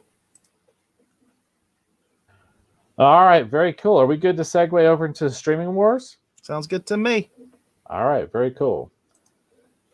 So here on the streaming wars segment, we talk about anything that's happening in the world of the streaming wars. Now you may ask yourself, or you may ask me, you may say, Dave, what do you mean by streaming wars? Are we talking about those guys that go out on the fishing boats and they're fighting in the fish in the streams to bring in the biggest catch and prove they're the best fishermen? Is that what we mean by streaming wars? No, that's not what we mean. You may ask yourself, streaming wars, or are we talking about where people in areas where there's droughts, where they're fighting over the water rights because they have to save their town and their city and their people? Is that what we mean by streaming wars? No, that's also not what we mean. What we're actually talking about is actually things like streaming video. So we're talking about all those amazing streaming services that all of us enjoy, whether we're talking about Hulu, whether we're talking about Disney Plus, whether we're talking about the Peacock, whether we're talking about any one of these really cool things like Netflix, or there's an Apple Mac one. I don't remember what the hell it's called anymore. Anyhow, that's what we're talking about. We're talking about the streaming wars. So tell me, Eric, what do you have up first for this week's installment of the streaming wars? Dave and I were talking about this a little bit off the air, and I actually had no idea this was even happening. And I thought it was really interesting because of where it's winding up. So obviously, a lot of movies are going straight to streaming, and I didn't even know this movie was being made, but I thought this was really interesting. So, for those of you that know, they are making another Coming to America movie. I always thought that this was a really great movie. I think it's one that Eddie Murphy is really well known for, and I've always really liked it, especially all the gags about McDougal's and all that kind of stuff. I always really like that. So this is a variety article, and the headline reads, Eddie Murphy's Coming to America, coming to with the number 2, meaning part 2, moves from Paramount to Amazon Studios. So once again, we've kind of seen this trend where a lot of these films that I think were absolutely meant to have a theatrical release are not. And it's kind of interesting. I have to say, I think this is uh, a really kind of weird situation because um, I don't know. It's why isn't this on CBS All Access? That's my main question. This is Paramount, right? Paramount is making this movie. Why did they sell it to Amazon? The only thing I can think of is they're so strapped for cash. They just needed it. They just needed a payout. I mean, that's obviously one of the reasons that studios will license their particular films and television shows. But I'm kind of confused by this decision. I mean, what do you think, Dave? Well, I mean, again, here we are, in the midst of the pandemic. I mean, it makes sense that if Paramount has, got to go get that money, you know what I mean? Then it makes sense that, they may turn around and license it, to someone else. But it does seem weird that they would essentially kind of give it to essentially one of their major, in my mind anyway, major competitors, especially with Paramount Plus getting ready to emerge. I mean, they are literally, well, let me do my better Chris Traeger, because I just finished rewatching all Parks and Rec. They are literally giving their competitor more ammunition to, dig them a grave with. So I don't know.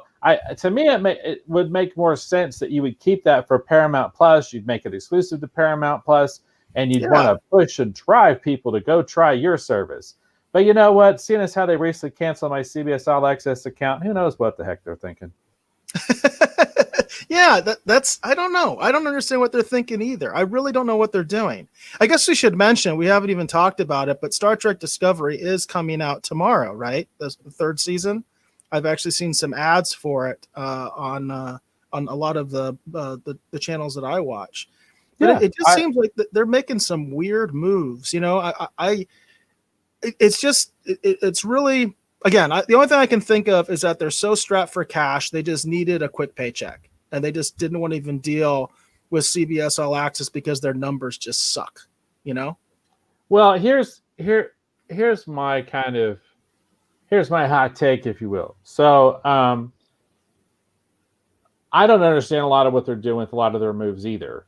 It doesn't make a lot of sense to me. I was one of those people who I've been on this show talking about that I quite liked the second season of Discovery. I was excited and curious to check out the third season. I wanted to see what they were going to do.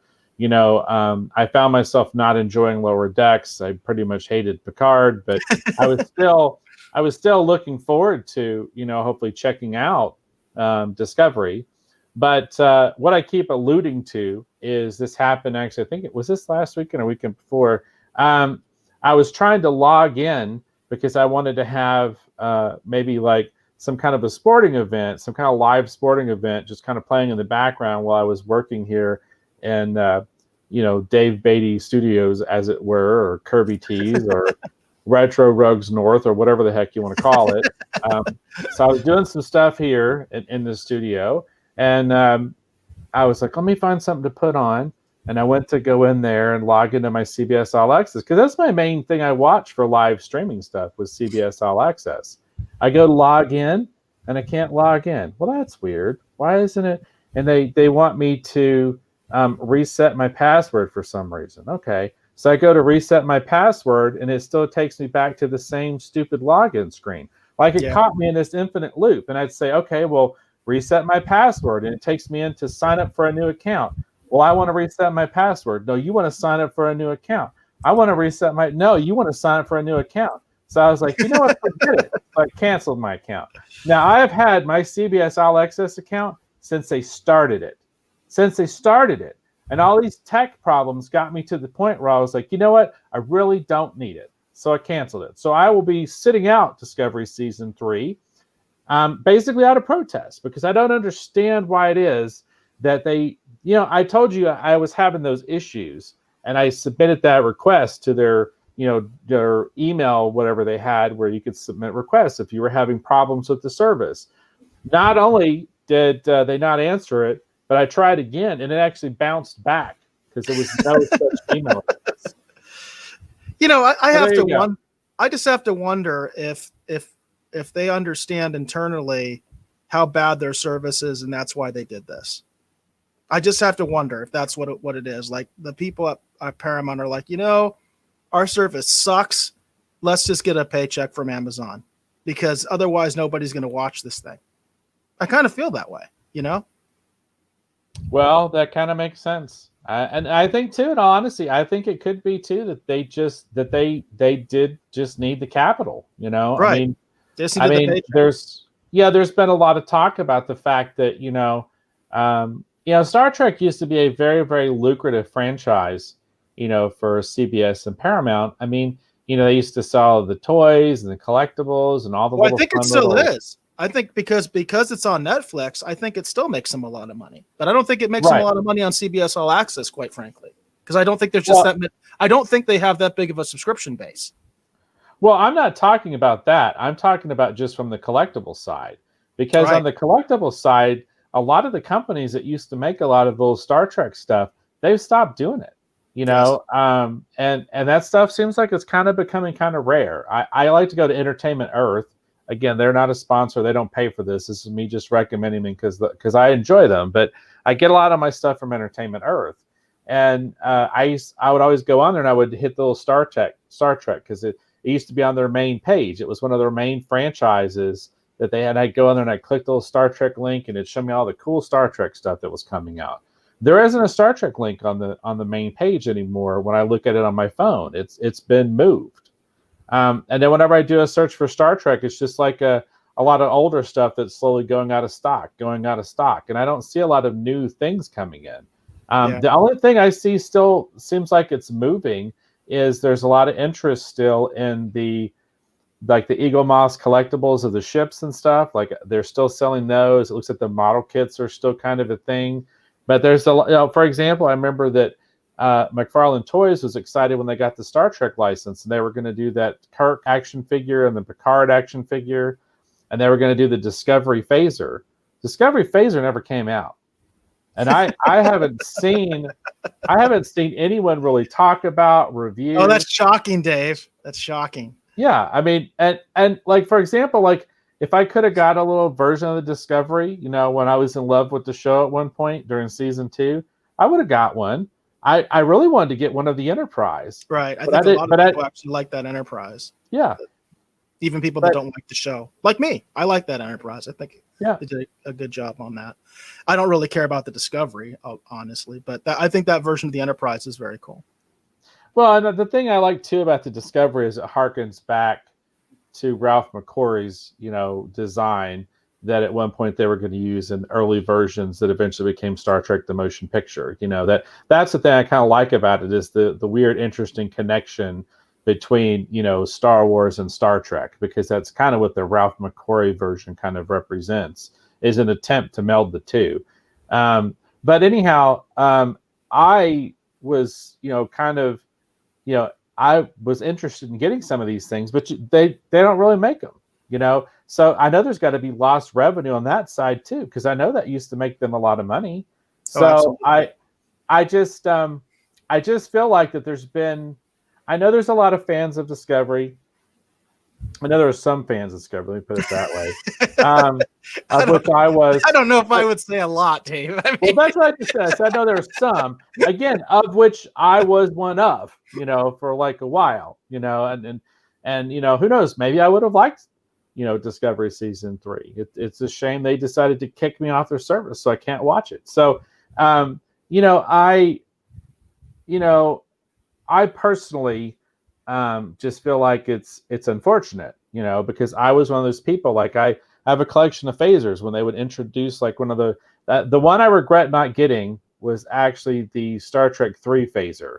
They actually had one of that, and I missed getting that. But that was a diamond collectible piece. But I'm just not seeing a lot of stuff, and so I know they've got to have a lot of lost revenues. So it makes sense that they might just be hurting for cash. So yeah, I could see that. I could totally see that. It's going to be interesting actually to see when these Nielsen ratings come out. I guess we're going to have to wait. Gosh, I think we have to wait at least a month before they'll come out. But I'm really curious to see if Discovery gets into the top 10 or not. This is because this is like the first time I think that there'll be a new Trek show. Well, there was Lower Decks, and they never broke into the top 10. But this is a live action show, and it's considered sort of like their cornerstone show, even more so than Picard, really, because it was the first one to come out. I'm really curious to see what those ratings are going to be like. And I'm glad Nielsen is out there, getting those numbers, because I really want to see him, because I'm sick of the hype, and I'm sick of the spin, and I'm sick of the shills, and I want to know, is this popular or not? I want to know the truth. I really want to know, instead of just speculating and just putting in my own opinion. I want those numbers.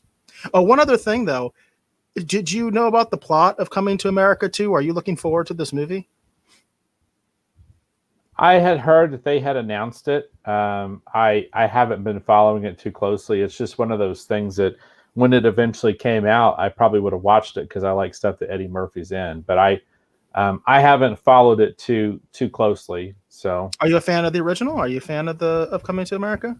I mean, I like it. I enjoyed it when it came out. I think when it comes to Eddie Murphy, I'm probably more of a Beverly Hills Cop fan. Like, I really, really love Beverly Hills Cop 2. Like, so for me, I'm but like I said, if Eddie Murphy's in something, I typically will watch it. So I'm more of a fan of Eddie Murphy than necessarily a fan of Coming to America. I gotcha. I really like that movie. Apparently the plot of this movie is going to be that the king, James Earl Jones' character, I guess, is dying, and they find out that Eddie Murphy's character has a long lost son in America. So I'm wondering if he got divorced from his wife, from the person that he ended up marrying in the first movie. So I've got some questions. I just recently heard about this. It was like yesterday I heard about this, so I had no idea it was even coming out. So it's kind of interesting, but at the same time, it makes me have some questions as to how did this happen exactly. Is it going to turn out that maybe he actually fathered this child with one of those girls he was dating, and it's not his wife? I don't know. It's kind of weird in that respect. But I am a big fan of the original, and I probably won't see it because I don't have Amazon Prime anymore, and I don't plan to be getting it anytime soon. So I probably will not see this movie just because of that. I might have actually tried to watch it on CBS All Access, but that's not going to happen. Well, now. I have Amazon Prime, and we're not planning to get rid of it anytime soon, so I will perhaps watch it. So, all right. Well, then you can tell me and our entire audience whether it's worth watching or not. How about that? Well, there you go. Like I said, I would have liked to have watched it, possibly if it had been on CBS All Access on that, but obviously it's going to Amazon. And then number two, they canceled my account. So there you go. I mean, I really feel like I was thrown off of CBS All Access. I really do. That's what it really felt like. So I don't know. And you're a guy who actually likes Discovery. Yeah, they've got some problems there. I'm telling you, CBS has some problems. They really do. I do have a prediction, though. I do have a prediction and what would that be? For those that are still watching. I feel like that there's a very good chance that we may see props available for people to own and collect from Red Skirts before we see any from Lower Decks. Just a prediction. Just a slight hinting of a prediction. I think like there's that. a good chance. I like that. The gauntlet has been thrown. I like it. Yeah, I like it a lot. I like it a lot. Of course, Eric and I have some insider information. But anyhow. We definitely need to show those off in a future episode for sure. We need to show those off because they came out really well. Yeah. So. You're probably wondering, what? Show off what? Well, you're just going to have to wait maybe for next episode. Who knows? I doubt next episode, though, because we're going to be talking about unsolved mysteries, and it's going to be a whole different thing. But maybe after we finish our unsolved mystery episodes, maybe then we'll have something fun to show off. So absolutely, specifically Red Skirts of related. So I think people are going to dig it for sure. Even if you don't know what Red Skirts is, I think you'll dig it. It's cool. I hope so. I think so. So awesome. Cool. So with that, what else do you have? Because I don't have anything for Streaming Wars this week. I just I saw a lot of random stories, but a lot of them felt like rumor. You know what I Yeah. mean? I couldn't really pin something down. And then Eric does such a good job of covering it. I felt like we'd be kind of like covering the same ground. And then when he was talking about some of the stuff he wanted to talk about, I was like, wow, we are going to be covering the same ground. So, do you have anything else for Streaming Wars this week, Eric? No, I think we're good. I like I say, I like to be one and done. So I usually have one article. I'll usually have another one, back up if we really need it. But I think it's good to just move on. So Awesome, very cool. I will throw it out there for those of us that at one point liked DC Universe and DC Universe is going away. I think they're calling it DC Infinite. They've got a trial subscription thing that they're doing right now, where they're trying to encourage people to check out their digital comic subscription service. I did hear about that. That's kind of ongoing, and I think they're actually looking to sign people up. Let me see if I can pull it up here real quick on my phone. I think they're looking to sign people up for like a trial, special deal subscription kind of thing. Do you think that was the right move, or do you think they should have just incorporated that service into HBO Max? Well, they should have incorporated it into HBO Max. I said that from the beginning, that I felt like that was the true strength and the really unique thing that they actually offered. I feel like the more you keep the comic books segregated off in its own little side thing away from the rest of the world, the more you make it niche and the more you shrink the audience, which goes back to what we were talking about before about how sometimes they don't exactly make like the best decisions. For example, I'm attempting to read this email and they have dark purple letters on a black background. Who in the hell thought that was a good idea? Well, anyhow, I'll read you here just real quick for those people interested. This email actually came to me yesterday. They're offering a DC Universe Infinite trial subscription before the evolution of the service, as they're calling it, starts on January 21 of next year.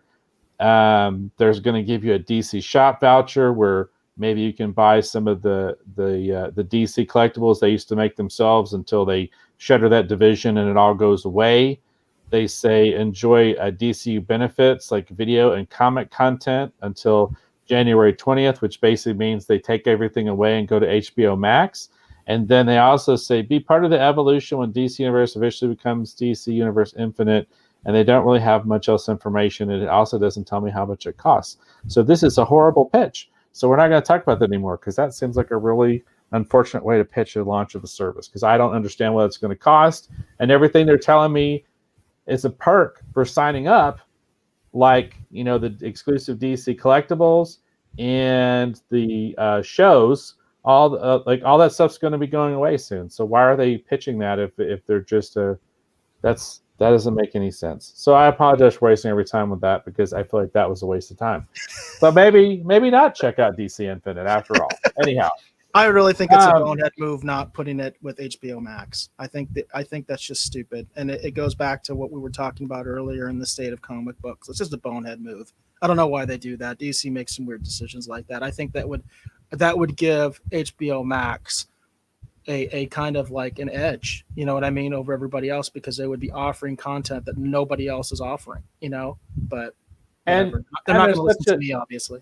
Yeah, and there's such a unique, sort of storytelling advantage and way to get people interested in the deeper, kind of universe. Because, for example, like if someone watches an episode of Swamp Thing, for example, on the CW show, and they're saying rewatch this episode tomorrow on HBO Max, and then you go over there and then they have the episode, but then there's a little link that says go over to our readers lounge and check out the issue of Swamp Thing that inspired this episode. It's like it makes so much sense to get people into the larger world and get them reading all because a lot of that comics content is great. Despite what Alan Moore says about how it's destroying everything, there's a lot of really great comic content to be explored.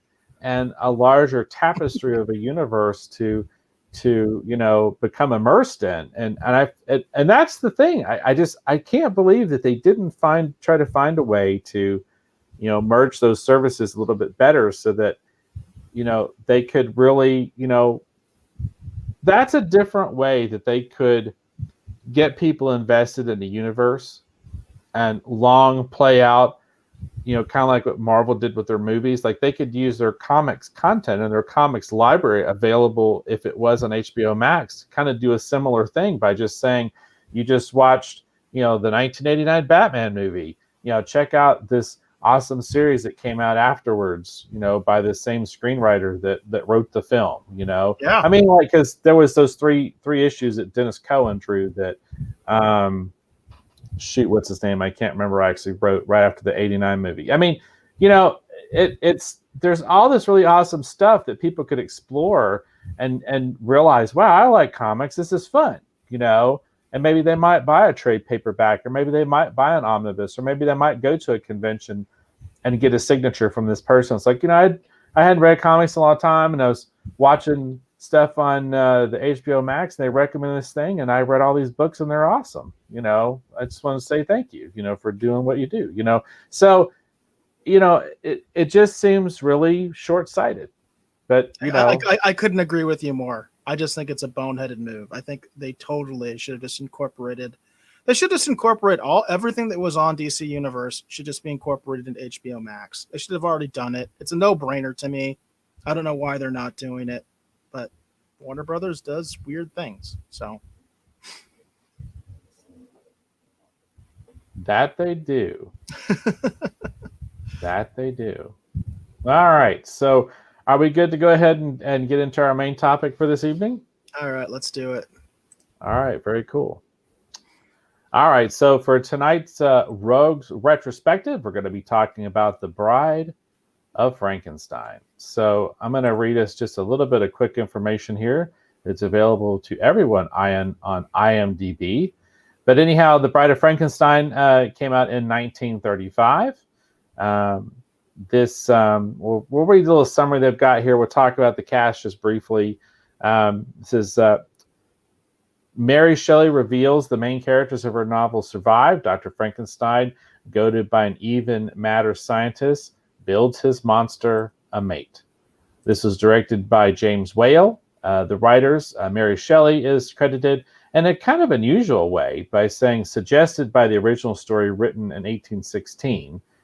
And then William Hurlbut adapted it, and there's some additional credits on the story side. Stars Boris Karloff.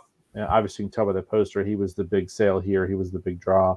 Elsa Lancaster, Colin Clive, and many more. So this is one of those classic horror films that goes back to basically sort of the golden age of the monster movie. Now, whenever we do a Rogues Retrospective, just to set it up for anyone who might be new who's watching, the basic tenets of this are that we want to talk about how we first heard about the film, how we first felt about it when we originally saw it, and then we're going to talk about, having recently rewatched it in sort of a modern context, how we feel about the film today. That's what makes it a retrospective. We talk about it then, and then we talk about it now or today. If you don't mind, Eric, I'm going to go first here real quick. So Bride of Frankenstein is one of those sort of iconic characters that I'm going to be honest with you, I didn't really know that much about. Bride of Frankenstein, that's why I picked this image when I put this artwork together, because that look is so iconic, and it's been sort of recreated and celebrated, and you see it in so many different things, the way that this sort of monster variation, but a beautiful monster variation, right? Like this idea that it's been, like, I know for a long time, sort of like a touchstone or an iconic character within a lot of different sort of genre entertainment type stuff. You see the character I've seen the character on T-shirts and all kinds of stuff, it seems like, for as long as I can remember. Now, I did not see The Bride of Frankenstein in full disclosure, until basically probably about 5 or 6 years ago was the first time I'd seen it. I knew of The Bride of Frankenstein more than I knew anything about the film Bride of Frankenstein. I mean, the name kind of says it all. You kind of understand, well, obviously they must cobble someone together and make a bride for the monster, but you don't really know what happens beyond that. I honestly didn't know much about this film at all. So the way that I came to watch this film the first time is it was around Halloween. I'm always looking for fun stuff to watch on Halloween. My wife and I, we were wandering around like a Target or a Walmart. I forget what it was. We were wandering around looking for something fun to watch. And they had a collection of all the Universal monsters. Like it was like a box set, like a DVD box set. And in it, it had the original Bela Lugosi Dracula, which I'd also never seen. It had the Frankenstein, the original Frankenstein movie, that's the one I had seen, and I'd seen it a lot. And it's like a classic. Like it still holds up. It's amazing film. And it had Bride in there. It had Invisible Man. It had The Mummy. Like it had all these different things, and I was familiar with all of them, but I had never really seen actually a lot of the actual original films. The only one really in this set that I had definitely seen and remembered seeing was Frankenstein. All the others I'd never really seen, and one of them I was really curious about watching. The two I was most curious about was Dracula and Bride of Frankenstein, pretty much in that order. So my wife and I, we was getting on close to Halloween, and we were kind of watching these kind of leading up to Halloween. Again, this is like 4 or 5 years ago, fairly recently. And so we're making our way through these films. And my reaction to these films was, how do I put it? Some of them kind of fit my imagination of what I thought they were going to be. And then some of them I was shocked that they didn't fit my imagination about what they were going to be at all. Dracula, for example, Dracula was not what I was expecting. I mean, it was, and it wasn't. And Bride of Frankenstein falls within that same sort of thing. It was kind of what I was expecting, but it also wasn't. So my initial impression of Bride of Frankenstein at that time was very mixed. And I was just sort of perplexed by what I had seen, because I felt like even back then, I felt like that Bride of Frankenstein doesn't go well with the original film. But I'll get more into that when we get into the retrospective part. So that's how I first heard about it, and that was my initial impressions. My initial impressions about Bride of Frankenstein is it didn't fit my imagination to an extent, and I felt like that it doesn't fit in with the film that preceded it. So that was my initial impressions back then. I'll get further into it once we get Eric's thoughts on the way he had first heard about it and he'd first seen it, and then we'll get further into that. So tell me, Eric, how did you first hear about The Bride of Frankenstein? Well, I don't remember never not hearing of it. It's one of those things that, and obviously this film way predates me, and it is considered iconic. It's considered legendary. This look has been, used, in so much other media and things like that, posters and things like that. I was always familiar with the imagery, but the film itself, I don't know if I ever saw it. It's one of those things I've been racking my brain, because I feel like I watched all, or most of those, Universal monster movies at some point as a kid, because a lot of them were on television. And I'm sure that's how I first saw Dracula, and how I first saw Frankenstein and the Wolfman and all those kinds of things. But I can't remember for sure if I actually watched Bride of Frankenstein or not. Having just recently watched it, there's not a lot that I remember. And it's like, how would I not remember that? Because there are some weird scenes in this movie. You kind of mentioned how I guess it kind of defied your expectations a little bit, and it did for me for sure. So it's like, I don't know if I ever actually saw this movie before, but I can see a scenario where I saw it very, very young, and I just don't remember, but it's kind of a weird thing for me, because I just can't specifically remember when I saw this movie before from beginning to end. I feel like I must have seen parts of it at least, because of watching it on television, but I don't have a specific memory. But at the same time, I always remember Bride of Frankenstein. I always remember this iconic image that we have on the screen. I don't remember ever not knowing about this, but I don't have a memory of the first time I actually saw this film, or if I did. I don't know if the first time I saw it was today, you know? Well, that's interesting because that's like for me. I mean, I know that I had not seen it before, but it was just curious to me how. Well, let's just talk about the film in a modern context. Let's just quit beating about the bush and just get right to it. So, so I rewatched this film last night, specifically for the show, and my feelings about the film, right now versus when I had again first seen it only a few years ago, they're kind of in the same place. I mean, I wonder if it's one of those things, if you see it when it's younger, or if you might have seen it when it was newer, right? Like your experience and your connection to the film is probably different, For example, a lot of people talk about their connection to Kong, meaning King Kong, the original King Kong film. That film, to me, I feel like still kind of fits and lives in my imagination in the same way that the first time that I saw the first Godzilla movie that I saw, right, which was actually the original black and white one. So all of those films kind of fit my imagination of what I expect. I feel like that my problems with Bride of Frankenstein is basically just comes from the fact that the original Frankenstein film is such an incredibly powerful, great film. It still resonates and it's still classic and it's still great today. I mean, for example, again, I keep saying for example, my apologies. When I watched the Bela Lugosi Dracula movie for the first time, it also kind of failed to kind of fit my imagination. Like I saw the classic version of Dracula, but it wasn't really what I was expecting it to be. Versus the original Frankenstein film fits my imagination of what I expect to be. I don't know how else to describe it. So, and we'll get into some specifics here in just a moment. But let me talk. I want to talk about the things that I think are really, truly remarkable about this film real quick, because I don't want it to make it sound negative. It's not that I didn't enjoy watching the film. I did enjoy watching the film.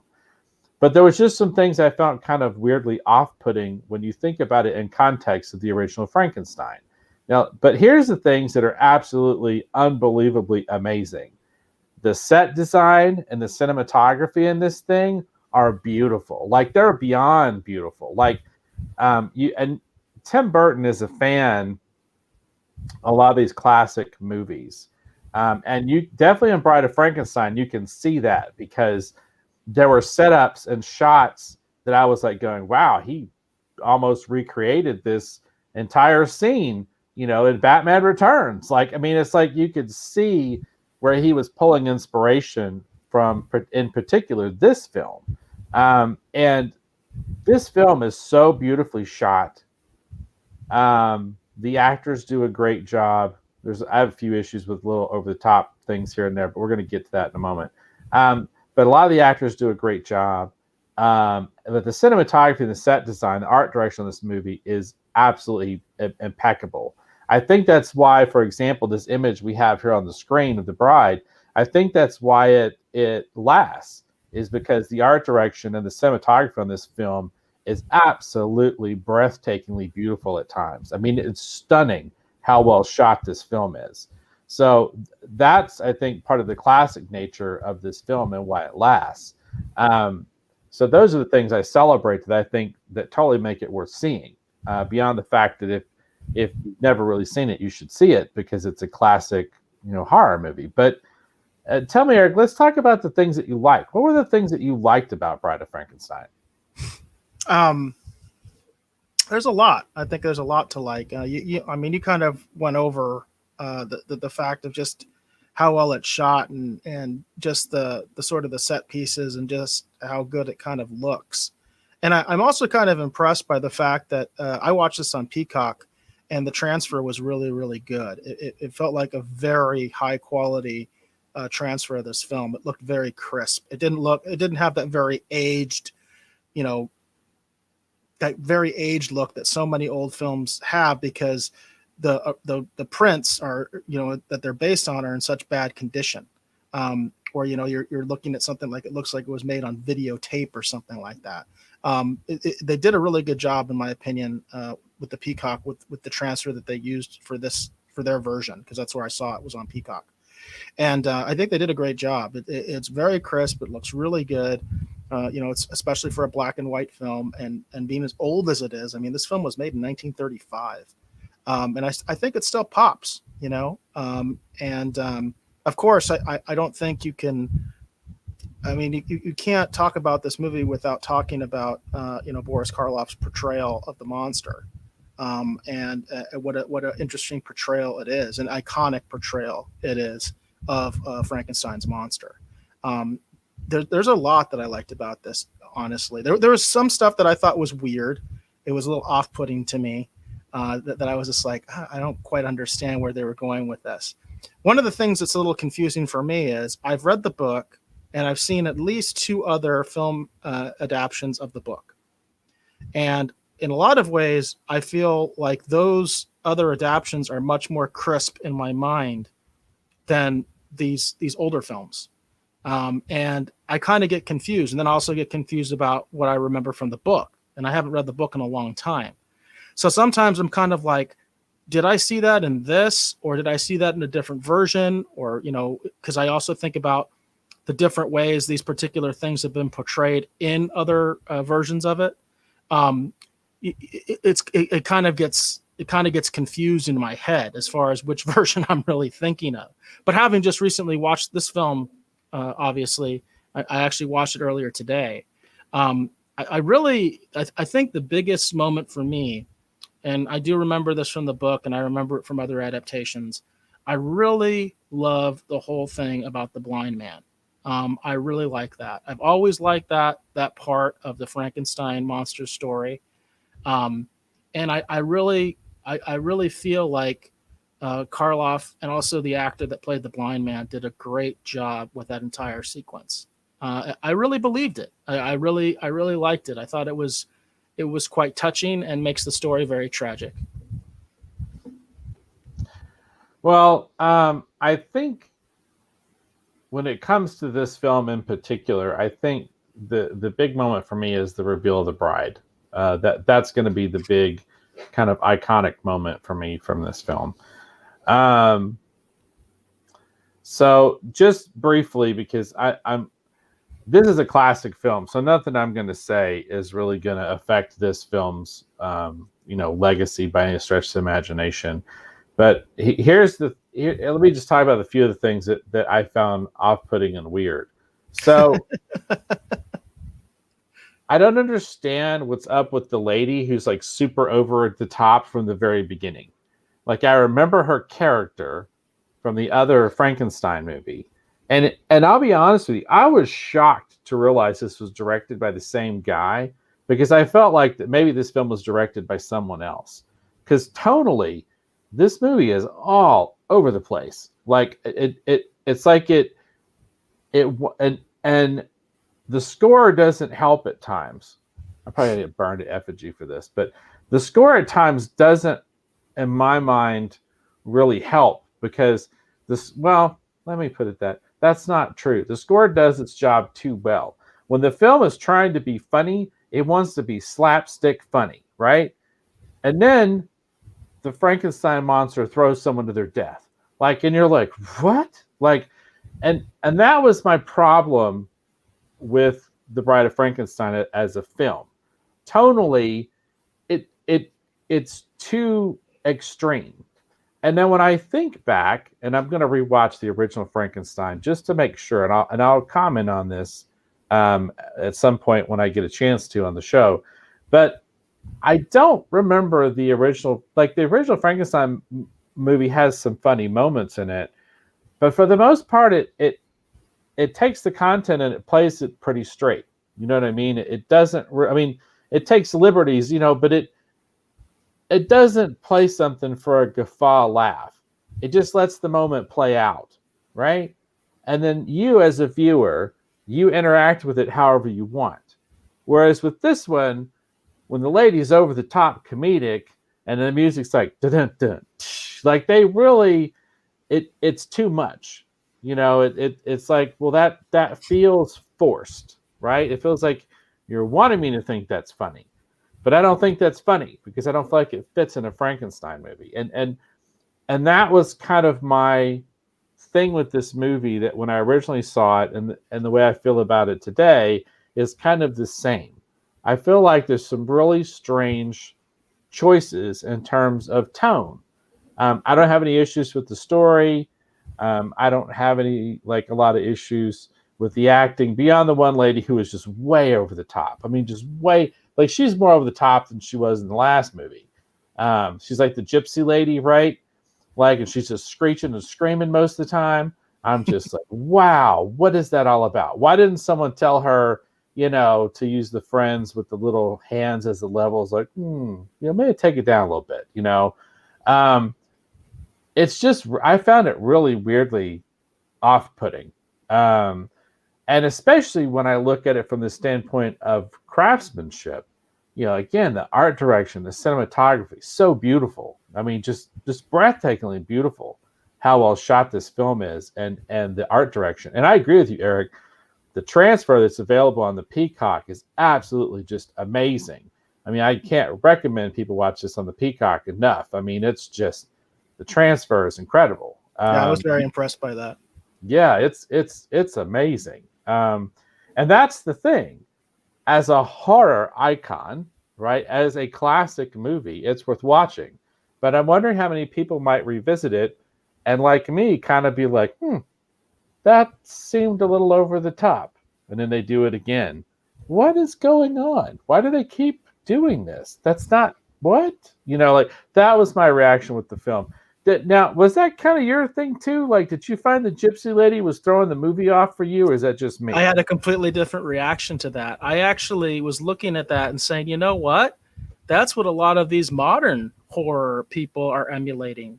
Because, I think of things like the Scream franchise, where they have a lot of humor and a lot of these modern horror movies. And I felt very much like, hey, that's where they got that stuff from, is from Bride of Frankenstein, because they did it way before them, where they have this really goofy, over the top character that, to me, obviously is comic relief, because you see that a lot, or maybe not so much right now. I mean, it's been a while since I've actually seen a modern horror movie, but like, I think of like the Scream franchise and things like that, where they have a lot of comedic elements in these horror movies.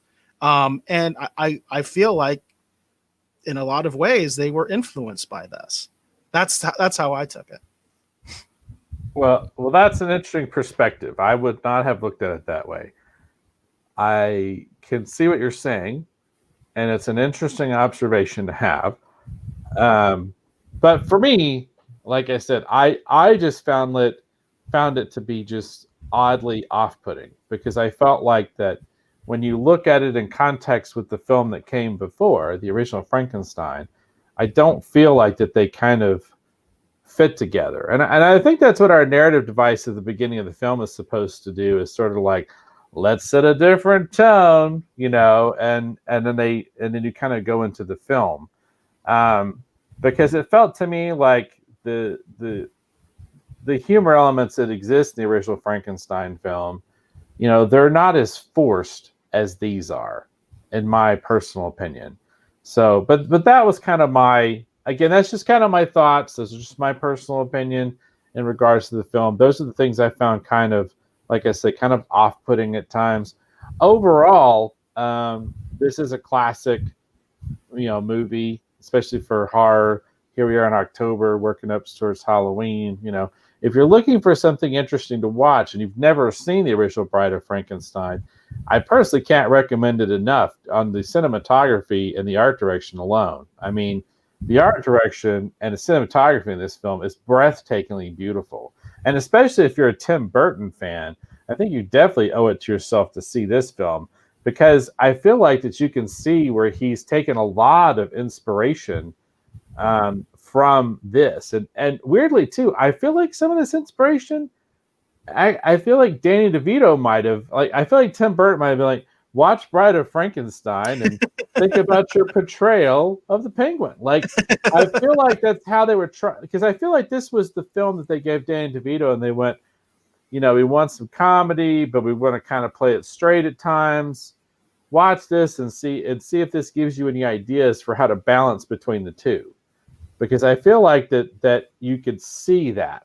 Like, I mean, and again, maybe that's just me. I could be totally off base, but I feel like that's where some of this inspiration is coming from for what they did with the Penguin and kind of the approach that they took. I feel like that Bride of Frankenstein was something that they were looking at or thinking of. So that's my own personal opinion. But again, as a classic film, as a horror film, here we are in October.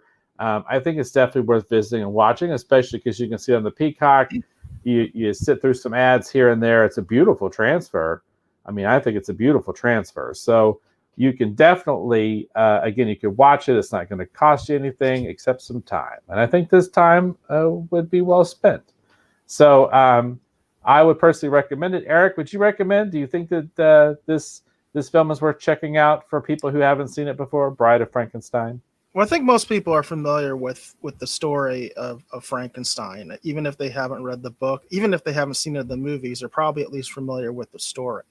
And it really is a classic story that I think is so applicable to modern times. When we talk about things like cloning, we talk about things even like AI, and we talk about sort of the limits of humanity's grasp of how basically how life works and how to create sort of different forms of life, because these things are happening like in real time in our world now. And of course, all the way back then, they were starting to grapple with these moral and ethical questions as science advanced, and they were trying to ask society what is going too far, and what are the possible ramifications, and how can these things go awry if we're not careful.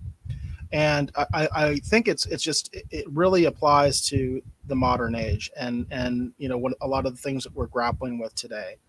And I think it's really interesting because this is a movie that was made in 1935, based on a book that was made in the 1800s. And I just think that's so interesting that to me, it's so topical for today, and it's so interesting for today. And it gives me like ideas myself in terms of story ideas and things like that I really like, that I thought were really interesting. The portrayal of the monster, I think, is really, especially for the time. If you maybe compare it to a lot of modern acting and things like that, maybe you'll have a different take. But if you put it into the context, it's very nuanced. The monster is not just a monster. In many ways, he's kind of like the first real like anti-hero in a lot of ways. And of course, I've mentioned this before. The thing about horror movies is, remember, the monster is always the star. And this film is no different in that regard. I mean, Frankenstein is not the star; it's his monster that's the star. This is the story about him, and it's really a neat story, I think. I think it's really done well.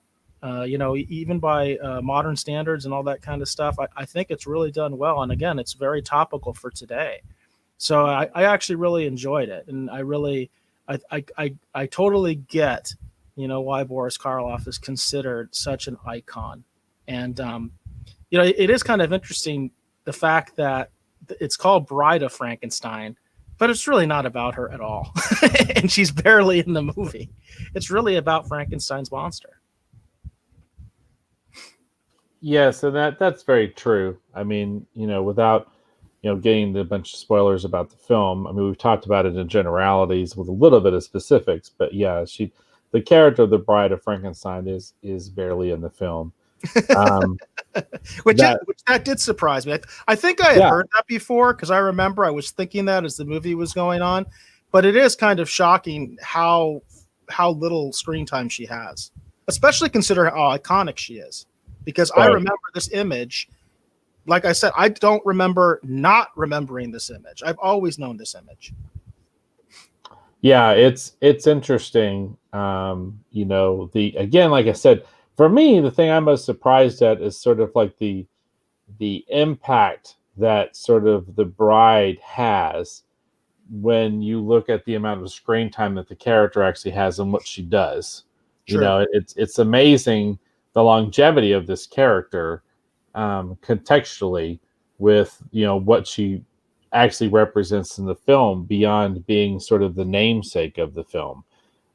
It is a curious, that's the thing. When I think about this movie, and I understand to an extent why it's celebrated and remembered, but at the same point too, um, because of some of the choices, I'm a little shocked it's as celebrated and remembered as it has been. Because to me, like I said, some of these scenes were so off-putting. I was just like, wow, okay, yeah, I'd forgotten how hard it was to watch that scene. So it's interesting.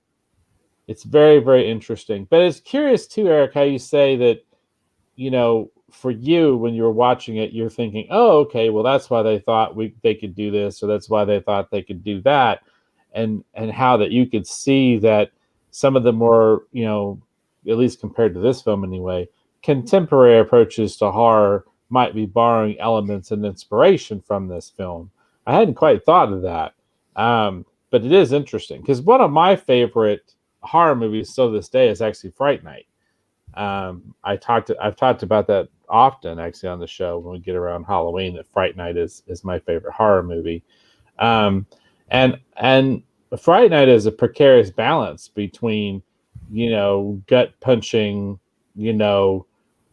sort of, quasi dramatic while still melodramatic moments, mixed with, obvious, hopefully humor filled, what I mean, type moments. That it's trying to walk that tightrope between just being an out and out comedy, but at the same point, when it needs to, because you need to feel the threat, because you need to believe the danger is real, how they lean into, the try to create within their own context anyway, a reality that brings it home in a very visceral manner. So, I find it curious that weird balance between, horrific thing, dramatic moment, fantastical ideas, but still sprinkled with humor. How some of that inspiration might have actually come from this film, which I find, again, like I said, a bit of a curiosity. Because for me, I don't feel like at times the humor really worked in this particular film, but it's interesting. It's definitely interesting, and was definitely worthy of discussion. Very cool. Yeah. All right, very cool. So, do you have anything else that you would like to add? Yeah, I mean, like I said, I do think the transfer was done very well on the Peacock. I will mention that I've had problems with the Peacock app on multiple platforms where it does seem to hang up a little bit. And I've had, again, on multiple platforms. I've got a PlayStation 4 that I primarily watch on, but I also do a lot of, I use a Chromecast where I use an old phone and I'll stream from the app on the phone. And I've had issues on both. So there are some problems with, I think, with the Peacock app to this point, which is kind of a shame because it's really one of those platforms I'd like to promote more on the show because it does have a free tier, and I am all about free. So, but I did want to mention that I did have some technical problems, but not with the transfer itself. The transfer itself, I think, was very well done. Yeah, and I was surprised at how well done the transfer was. I would totally agree with that. And like I said, I highly recommend, if you've never seen this film, if you're viewing stuff on the Peacock or you're curious about it, the transfer, the art direction, the cinematography alone is totally worth watching it. If nothing else. But plus also too, when you realize that this film features two of the iconic, sort of like movie monsters of all time, it's definitely worth checking out, especially leading into Halloween. You're probably looking for something. This is a great movie to watch on Halloween. Absolutely. Most definitely. So, well, there you go. I think Eric feels that he thinks it's a recommendation too, right? Absolutely. So we're both recommending, if you're looking for something interesting to watch, leading up to Halloween or on Halloween night, if you haven't seen it or it's been a little while, the Peacock's not going to cost you anything extra. You can go over there and watch The Bride of Frankenstein. So there you go. That's going to be it, I think, actually, for this Rogues retrospective. And Eric, unless you have anything else to add, I think that might be it for this episode of the Retro Rogues, just in general. Well, I did want to talk about a little bit about our next episode because it is going to be different. Because we're kind of going into different ground. Because we are keeping it retro, because we are going to be talking about the Unsolved Mysteries Revival series, which is based on the previous series that used to air in the 80s. So it definitely is a retro appropriate. But because of the nature of the show, it's not going to be so much about us reviewing like the quality of the episode and all that kind of stuff.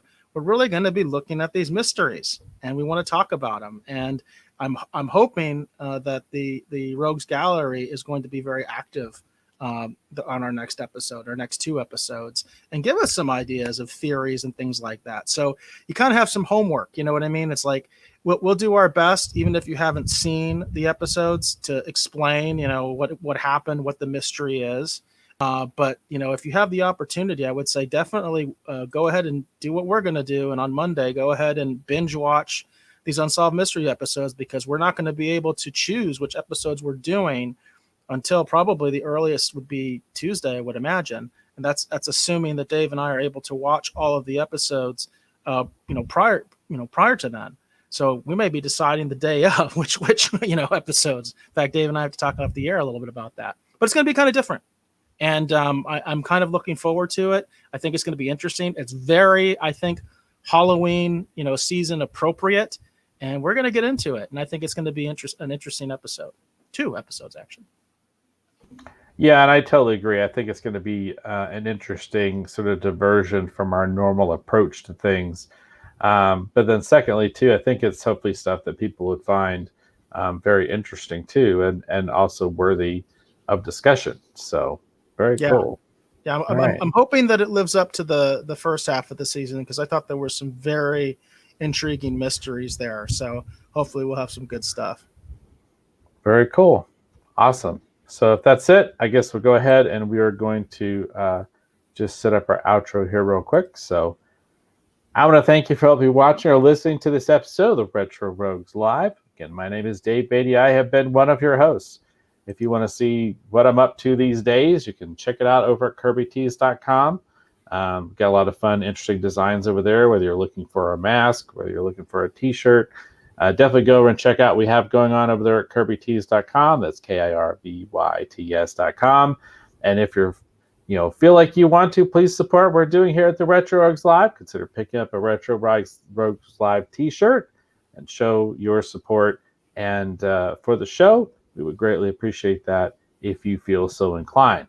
I want to thank Eric Alexander, my co-host, for being back here, providing his unique insight and observations, which, as often demonstrated yet again, are different from mine, but still valid and interesting, as he brings up interesting points that I hadn't thought to consider. Eric, please tell the folks hopefully watching and listening at home where they can learn more about you on the interwebs. Well, I am most active on Twitter, and my DMs are always open. That's always a great way to get a hold of me. If you have show suggestions, things that you'd like us to cover or talk about, you can get in touch with me there, or you can simply comment on one of my tweets and say, hey, why don't you check this out? That also goes for the official Twitch and also the official YouTube. Those are all under BassGod14, BassGod14. And again, if you have any suggestions, you can make comments. You can just whatever you want to talk about. And we do have a few comments from the Rogues Gallery. Jane says she enjoyed the show. And Manasan has a suggestion, it looks like. He says, I wonder if you'd care to review any of the 80s Saturday morning cartoons sometime. Manasan, I think we would love to do that. If you have a specific one that you want us to review, please let us know. Again, you can contact me through those methods that I just mentioned, or you can contact Dave. He's also active on a lot of the social media out there. So you can contact either one of us if you have a specific suggestion. We do try to look for content that is accessible. So, if it's on Netflix, Disney Plus, especially if it's on any of the free platforms like Peacock, Crackle, Tubi, those kind of things are also a big consideration for us about what we cover on the show. But I think that's a very good suggestion, and I will leave